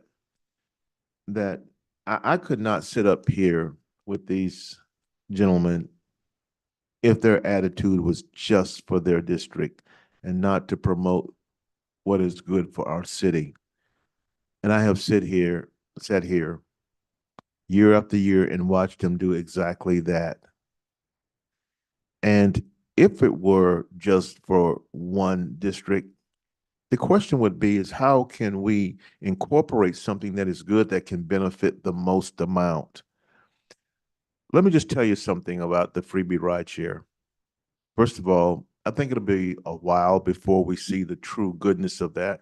But the mayor thought a while back in his vision that this would be something that would really be good for our city. I thought that it would be initially when he brought it up, but the more I look at it, it's going to be something that's really going to be important for our city in so many ways, transformative. So his vision was 100% right in that, but it benefits the city of Deerfield Beach. Had he said, I just want to, see if we can do this project and it would be only for District 3 or 4 or whatever, you got questions at that point. That's not what happened. So the next time you call me, just understand that it's for the entire city. They will come to your home, pick you up, but you have to terminate in the CRA district, and then they will take you home. Okay? And as I said, the ride share gets a check mark for me. In fact, we just had the ribbon cutting. I want to say it was last Friday, and it was a success. They got nice vehicles. It's something that's really going to help our community, in my opinion. Okay. I would like to say to my colleagues on the dais that I would just ask that we, you agree that we should ask the city manager to get some information on memorial policies for for city streets. One of my constituents, his daughter passed away on Military Trail over there by Publix. Young lady, she applied to the state to be memorialized at that site. They said, okay, no problem. They started the process, but then they said, sorry, that street is not state, which was a surprise to a few people. It's actually a city street, Military? Yeah, Parts of it, yeah. yeah, parts of it, Parts of it. parts of it. And the Part- part where she, yes, the part where she passed away was city. So I then asked the city manager, can we memorialize her there? He said, but we don't have a policy. So I'm asking the dais to allow the city manager to get the information, maybe even adopt what the state has to do so that people can memorialize their family or, Like the signs? yes. Yeah, okay. Yes. And then bring it back to us so that we may implement it, so there can be some policy when something happens on a city street. Okay. I'd just like to say, I'd like the permission to maybe just move forward with something similar to what the state has in this particular instance. This is very few and far between. In fact, I wasn't aware that we didn't have a policy or hadn't even thought about it. So we will, I would love to get a policy in front of you. I'd also like to move forward with something similar to the state in this circumstance so that we don't hold up the process for this mother. I'd second that request. Thank you. And that's it for me, Mayor. Thank you. District 3. District 3 will have a district meeting. Instead of having separate meetings around the district, because we spread out, we're gonna have one meeting at the police station, a recreation area on Power Line near the firehouse. That way, all of the district can come to one district meeting, and as soon as we get a date, we'll let people know. If something bothers me that shouldn't. If I buy a piece of land and it's zoned for housing, I want to build houses on it. It's zoned for it. I bought it. I have rights. It's my property. I'm within the law. But there's an awful lot of people out there that said, oh, no, you're not doing that in my neighborhood. Oh, no. And they go to a lot of trouble to try to dissuade people and take away their rights. When you buy a home, it's your house. How you decorate it inside the house is your business. Imagine if your neighbor said, oh, I looked in your window, you can't have a blue couch. Blue upsets me, so you got to change. I mean, it gets ridiculous. You buy land or a home, and the land that it's on, it's yours. And you have rights. And I'll do everything I can while I'm still a commissioner to defend those rights. Because they're important. A man takes millions of dollars and buys a piece of land to build a business that's licensed for that area. And what do we get? Oh, the people are upset. They don't need it. He has rights. It's zoned for it. It's legal. The same kind of business has been there for 40 years. No, you can't do it. It's dangerous. Once I smelled something. Might have been from the dump, but that's beside the point. I believe that we all have rights. And they have to be protected. And that's part of the job of the commission. If somebody buys that piece of land and it's zoned for housing and wants to put a racetrack on it, it's not going to happen. Because it's zoned, and to change a zone is an awful, awful period of time and effort to get the city, the planning council, the county commission to change a zone. Let's get real. That's all I have. Thank you. Vice Mayor? Thank you, Mayor. I only have, a lot of my comments were covered by others tonight. So the only comment that I have, and this was a conversation I had late today on the way here with a resident, was regarding an interaction he had with environmental services and a garbage driver.